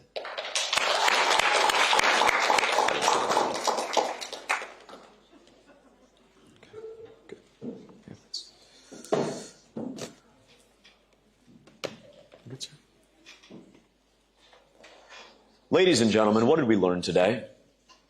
What did we learn today? Miss Lilybell Mimo. Be less aggressive. Interesting. Will you heed that advice? The world may never know. Yeah, Luke, what did you learn today? Yes, yes, yes. Thank you, Luke. That's right. If you walk out of here better than you walked in, you have won. Full stop. I kind of tested you this morning when I said, if I guaranteed you that you would not get any award, any medal, anything, would you have still come today? Satchel, your answer? For sure. Mr. Hannon, your answer? Grayson, yours? Of course. Kevin? Most likely not. Why? Because if you knew you're not going to win, like, you don't. You have to have the mentality that you know you're going to win.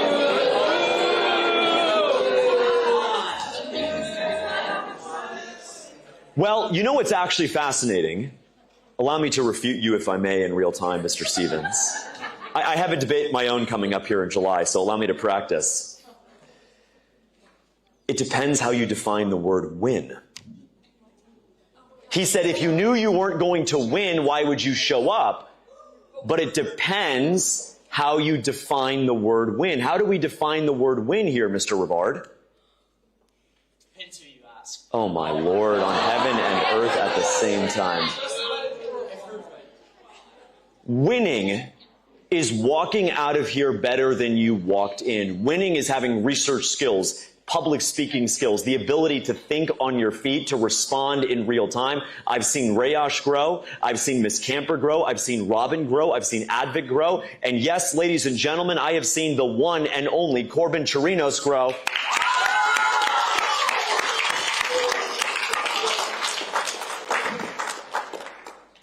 And Corbin knew he faced tough odds. And this is your first time in finals, isn't it? How do you do, guys?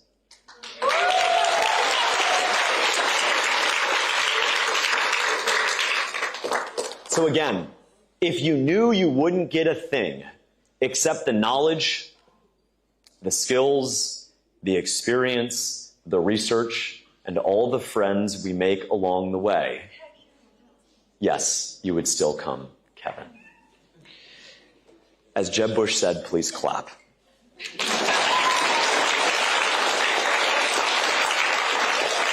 You like that one. I digress, but in all seriousness, we have a lot on the table now. In the next week, we will announce the date and the location for the 2026 Incubate Debate National Championship. If you were a finalist here today, you have automatically qualified. If you were a finalist in the fall, you have automatically qualified. If you were a semifinalist at either the fall or the winter, you now have an opportunity to apply to the Incubate Debate National Championship. So it's going to be fun. It's going to be great. And our topics will be even tougher. I know Christian is looking forward to that. But look, at the end of the day, the question is very simple, Miley. Why are we here? Why? We're here because we believe that even though America may seem divided at times, that even though it may feel we can't have a conversation about certain issues without this Pavlovian response of one side, and yes, it is one side and both sides calling each other out, engaging in ad hominem attacks, that we still believe in the promise of free speech, open debate, and merit, that the best man or woman can make the best argument anytime, anywhere, and still win, and that truth will always remain true in America. Congratulations, guys, for being here.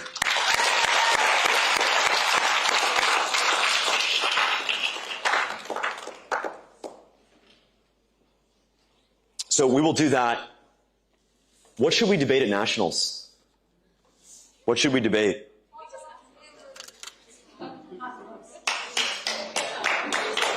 What should we debate at Nationals? Mr. Burgess? Israel. Yes. How about this? Can I just announce a topic right now? Am I allowed to do that? Riley's not here. I'm announcing the topic for nationals right now, okay? Take it down. I gotta write it down myself and see.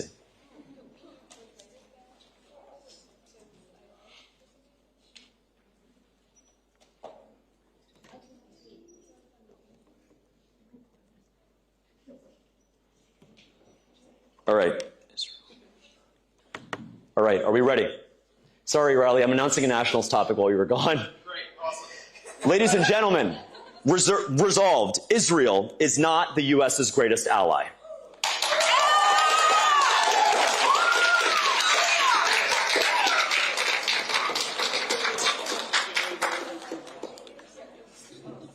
I leave you alone for 10 minutes. You're already announcing topics.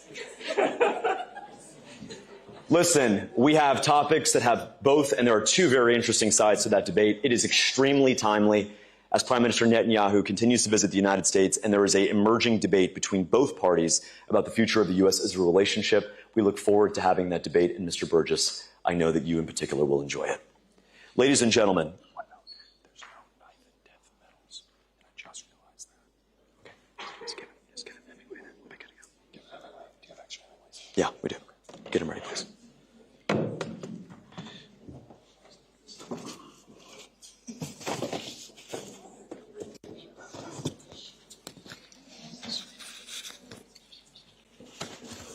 What do you think of that topic, Justin? It's a good one. It's a topic. Like, it's not, we don't have an opinion. It's like we don't have an opinion on the reparations thing. It's just a topic, and you guys get to debate it. By the way, what's your favorite topic today? What was it? So raise your hand if it was reparations. Okay. Lower. Raise your hand if it was boats in the Caribbean.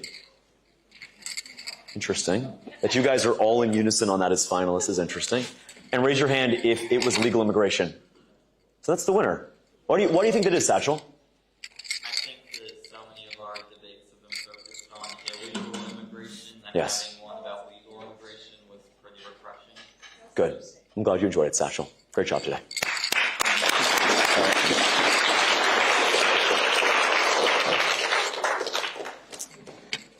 Well, this is a very interesting. It is. I was surprised. Well, this particular, the champion, I think I saw that coming. Oh, yeah. In a bigger yeah. macro sense, I saw that coming. Very interesting. Macro? Yes. All right.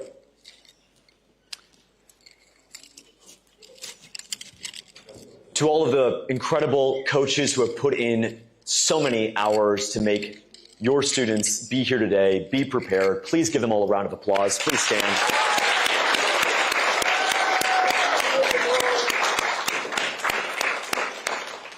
To our judges as well, thank you so much. This would not be possible without you.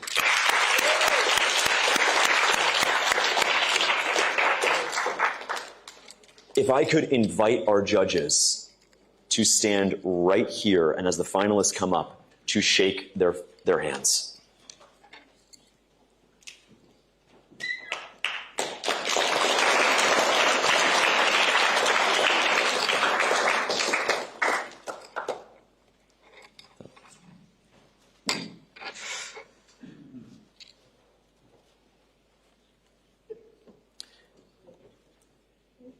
There were 500 applicants for this tournament. 50 were here today. And now we will get down to the bottom 10. In 10th place at the 2026 Incubate Debate National Winter Championship is Miss Angeli Pereira.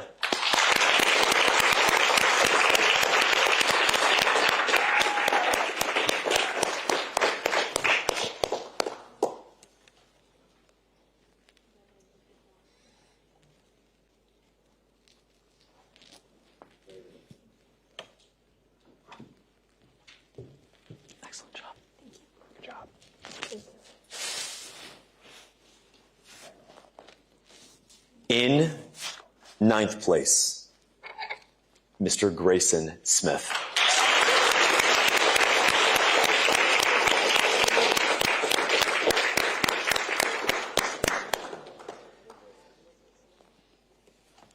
Good job, Grayson. Very good job.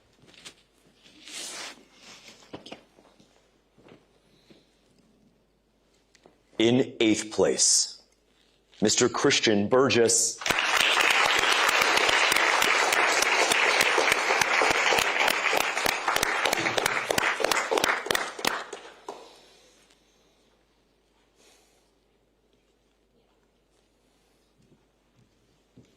You're the winner in my heart. Appreciate it. Paste, paste, paste. Lord.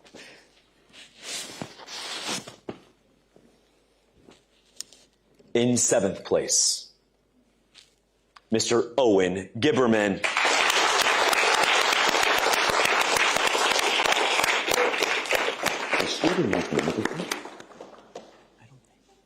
Maybe one.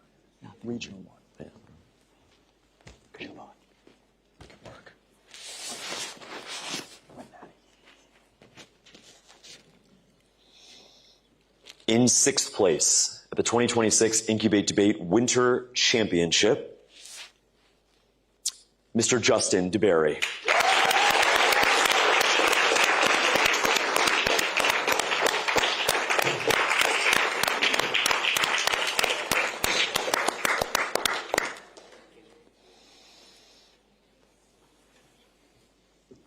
Excellent work. Double finalist. Very good.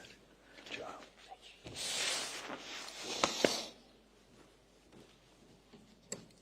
In 5th place, finaling at the fall and now the winter tournament, on his way to the Incubate Debate National Championship, Mr. Duncan Rivard.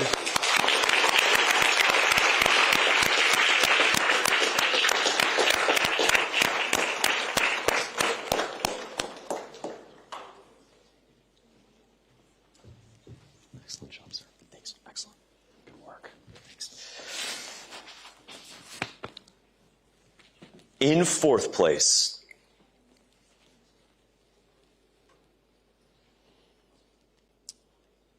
Mr.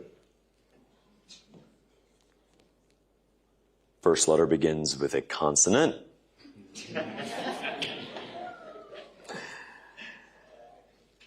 Mr. Kevin Stevens.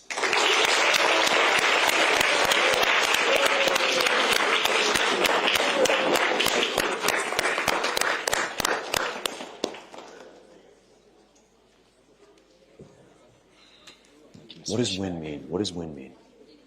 Well, I want information. Do you walk out of here more knowledgeable, more confident? Yes, sir. Good. Hold it down. Good work. Nice job. Will the 3 remaining finalists please come to the front? Those are winners right there.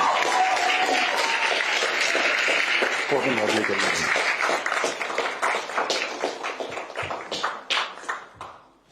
Up here, please. Yes.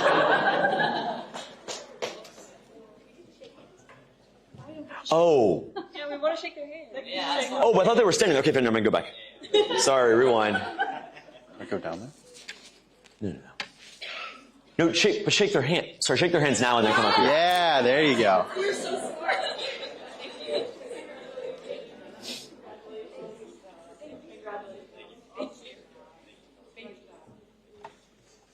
Excellent job. Stand right here, all you guys. Stand right here.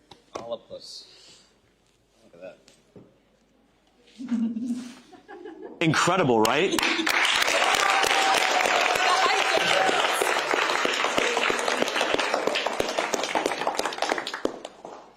This is not the first time that you've competed with these 2 individuals, is it? Could you say something about each of them, what you admire about them, Corbin? Lily, you are insanely good at reputation. I've never seen a better leader. Mr. Rodriguez. Not my name. Rodriguez. Rodriguez. We got that. Thank you. Wow. Wow, you are amazing at questioning. I have never been more scared in my lifetime. I was absolutely shaking in my boots when I didn't know what the side position was. It was terrifying, to say the least.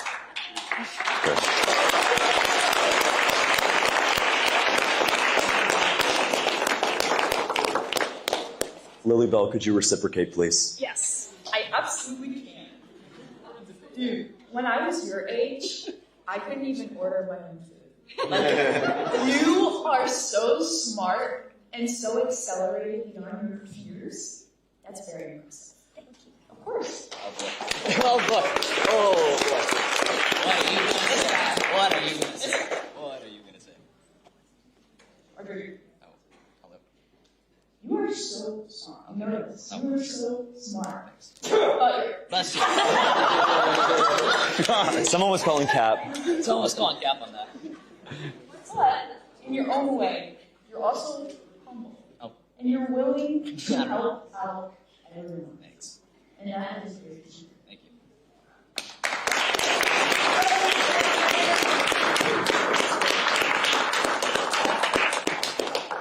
Well, that is the first time anyone has ever called me humble, so. So first. When I first met you, I was very much, I was in a place where I was very polarized myself. I would always see other people through whatever lens their political worldview was. But I think in talking to you, you made me realize that personality transcends political affiliation. I'm still very conservative. You're still very liberal. But I see you not as Lily Bell the liberal, as Lily Bell. So thanks for making me realize that. How poetic. What's all about? Oh, sorry. Yeah, Let's go. So I was in 5th grade when I was on the first debate tournament, and when I first did debate, I was having a lot of fun doing it.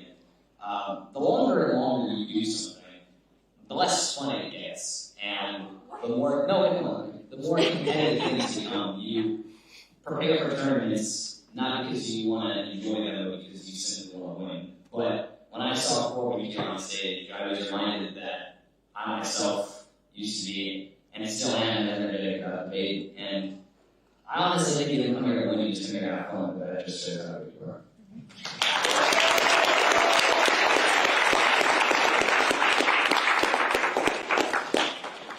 It is about camaraderie and sportsmanship, and these three, and I've gotten to know them well, Riley has, over the last few years, they really exemplify the best of Incubate debate. Give them all a round of applause.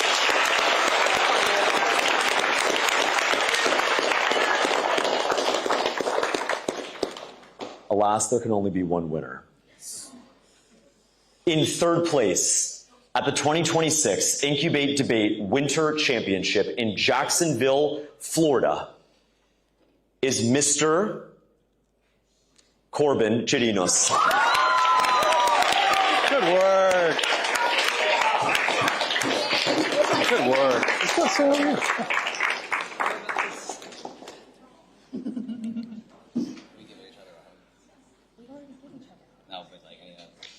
Wow, she just rejected that after I said that. Maybe you are just a coldless liberal, you know? Maybe.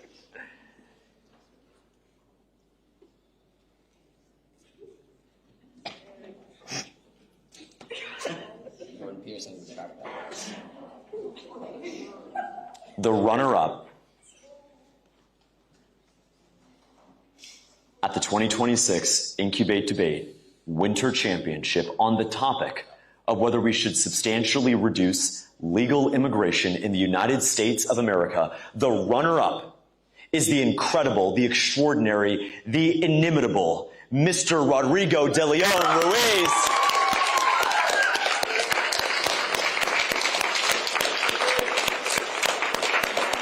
Great job, sir. Great round. Good job. Ladies and gentlemen, please rise and join me in congratulating for the first time the Incubate Debate Winter Champion, Miss Lily Bell Nimmo.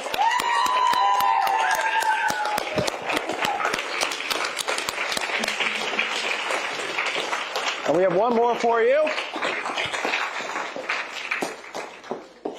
Lily Bell, Lily Bell, Lily Bell, Lily Bell, Lily Bell, Lily Bell.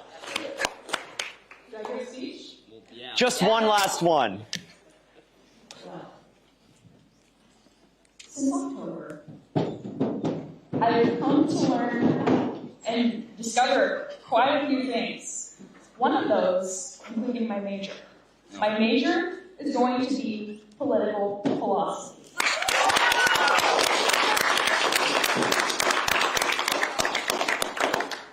And with that major, you ready to know? Catch me in the 2044 election for office. That's it.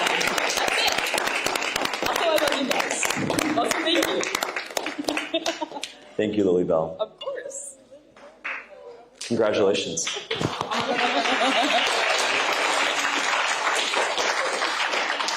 Ladies and gentlemen, the finalists at the 2026 Incubate Debate Winter Championship.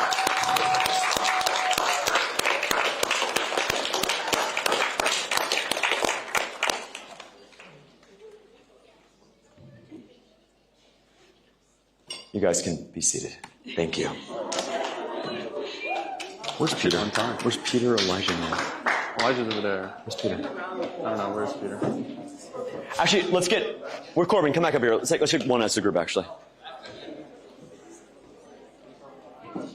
Congrats. Come here. This side. Go on that side. Riley, go over there. Lily Bell, stand in the middle, please. Oh, okay. Stand in the middle. Go wide, Austin. Hold on. Congrats. Thank you.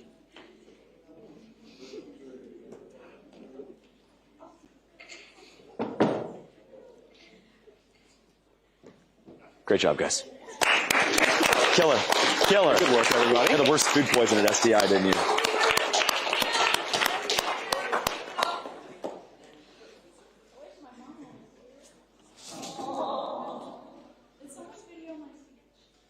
Yeah, it's live on X right now. It's like 5,000 people watching.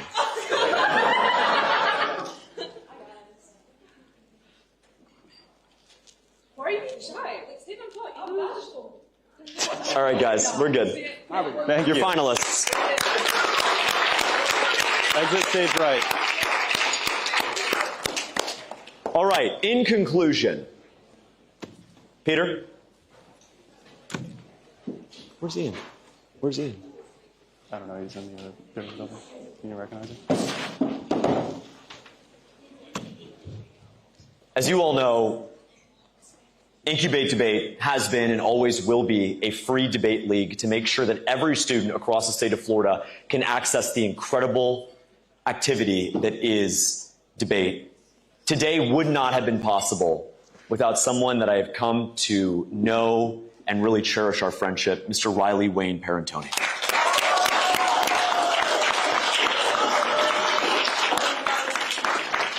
Let me recognize my staff, please.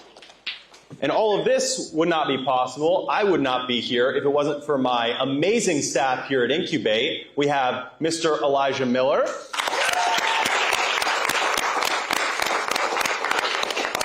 Mr. Ian Gonzalez. Good to have you back, baby. And Mr. Peter Tarorsik. Great job. Great job. Well, with that, we'll see you at Nationals.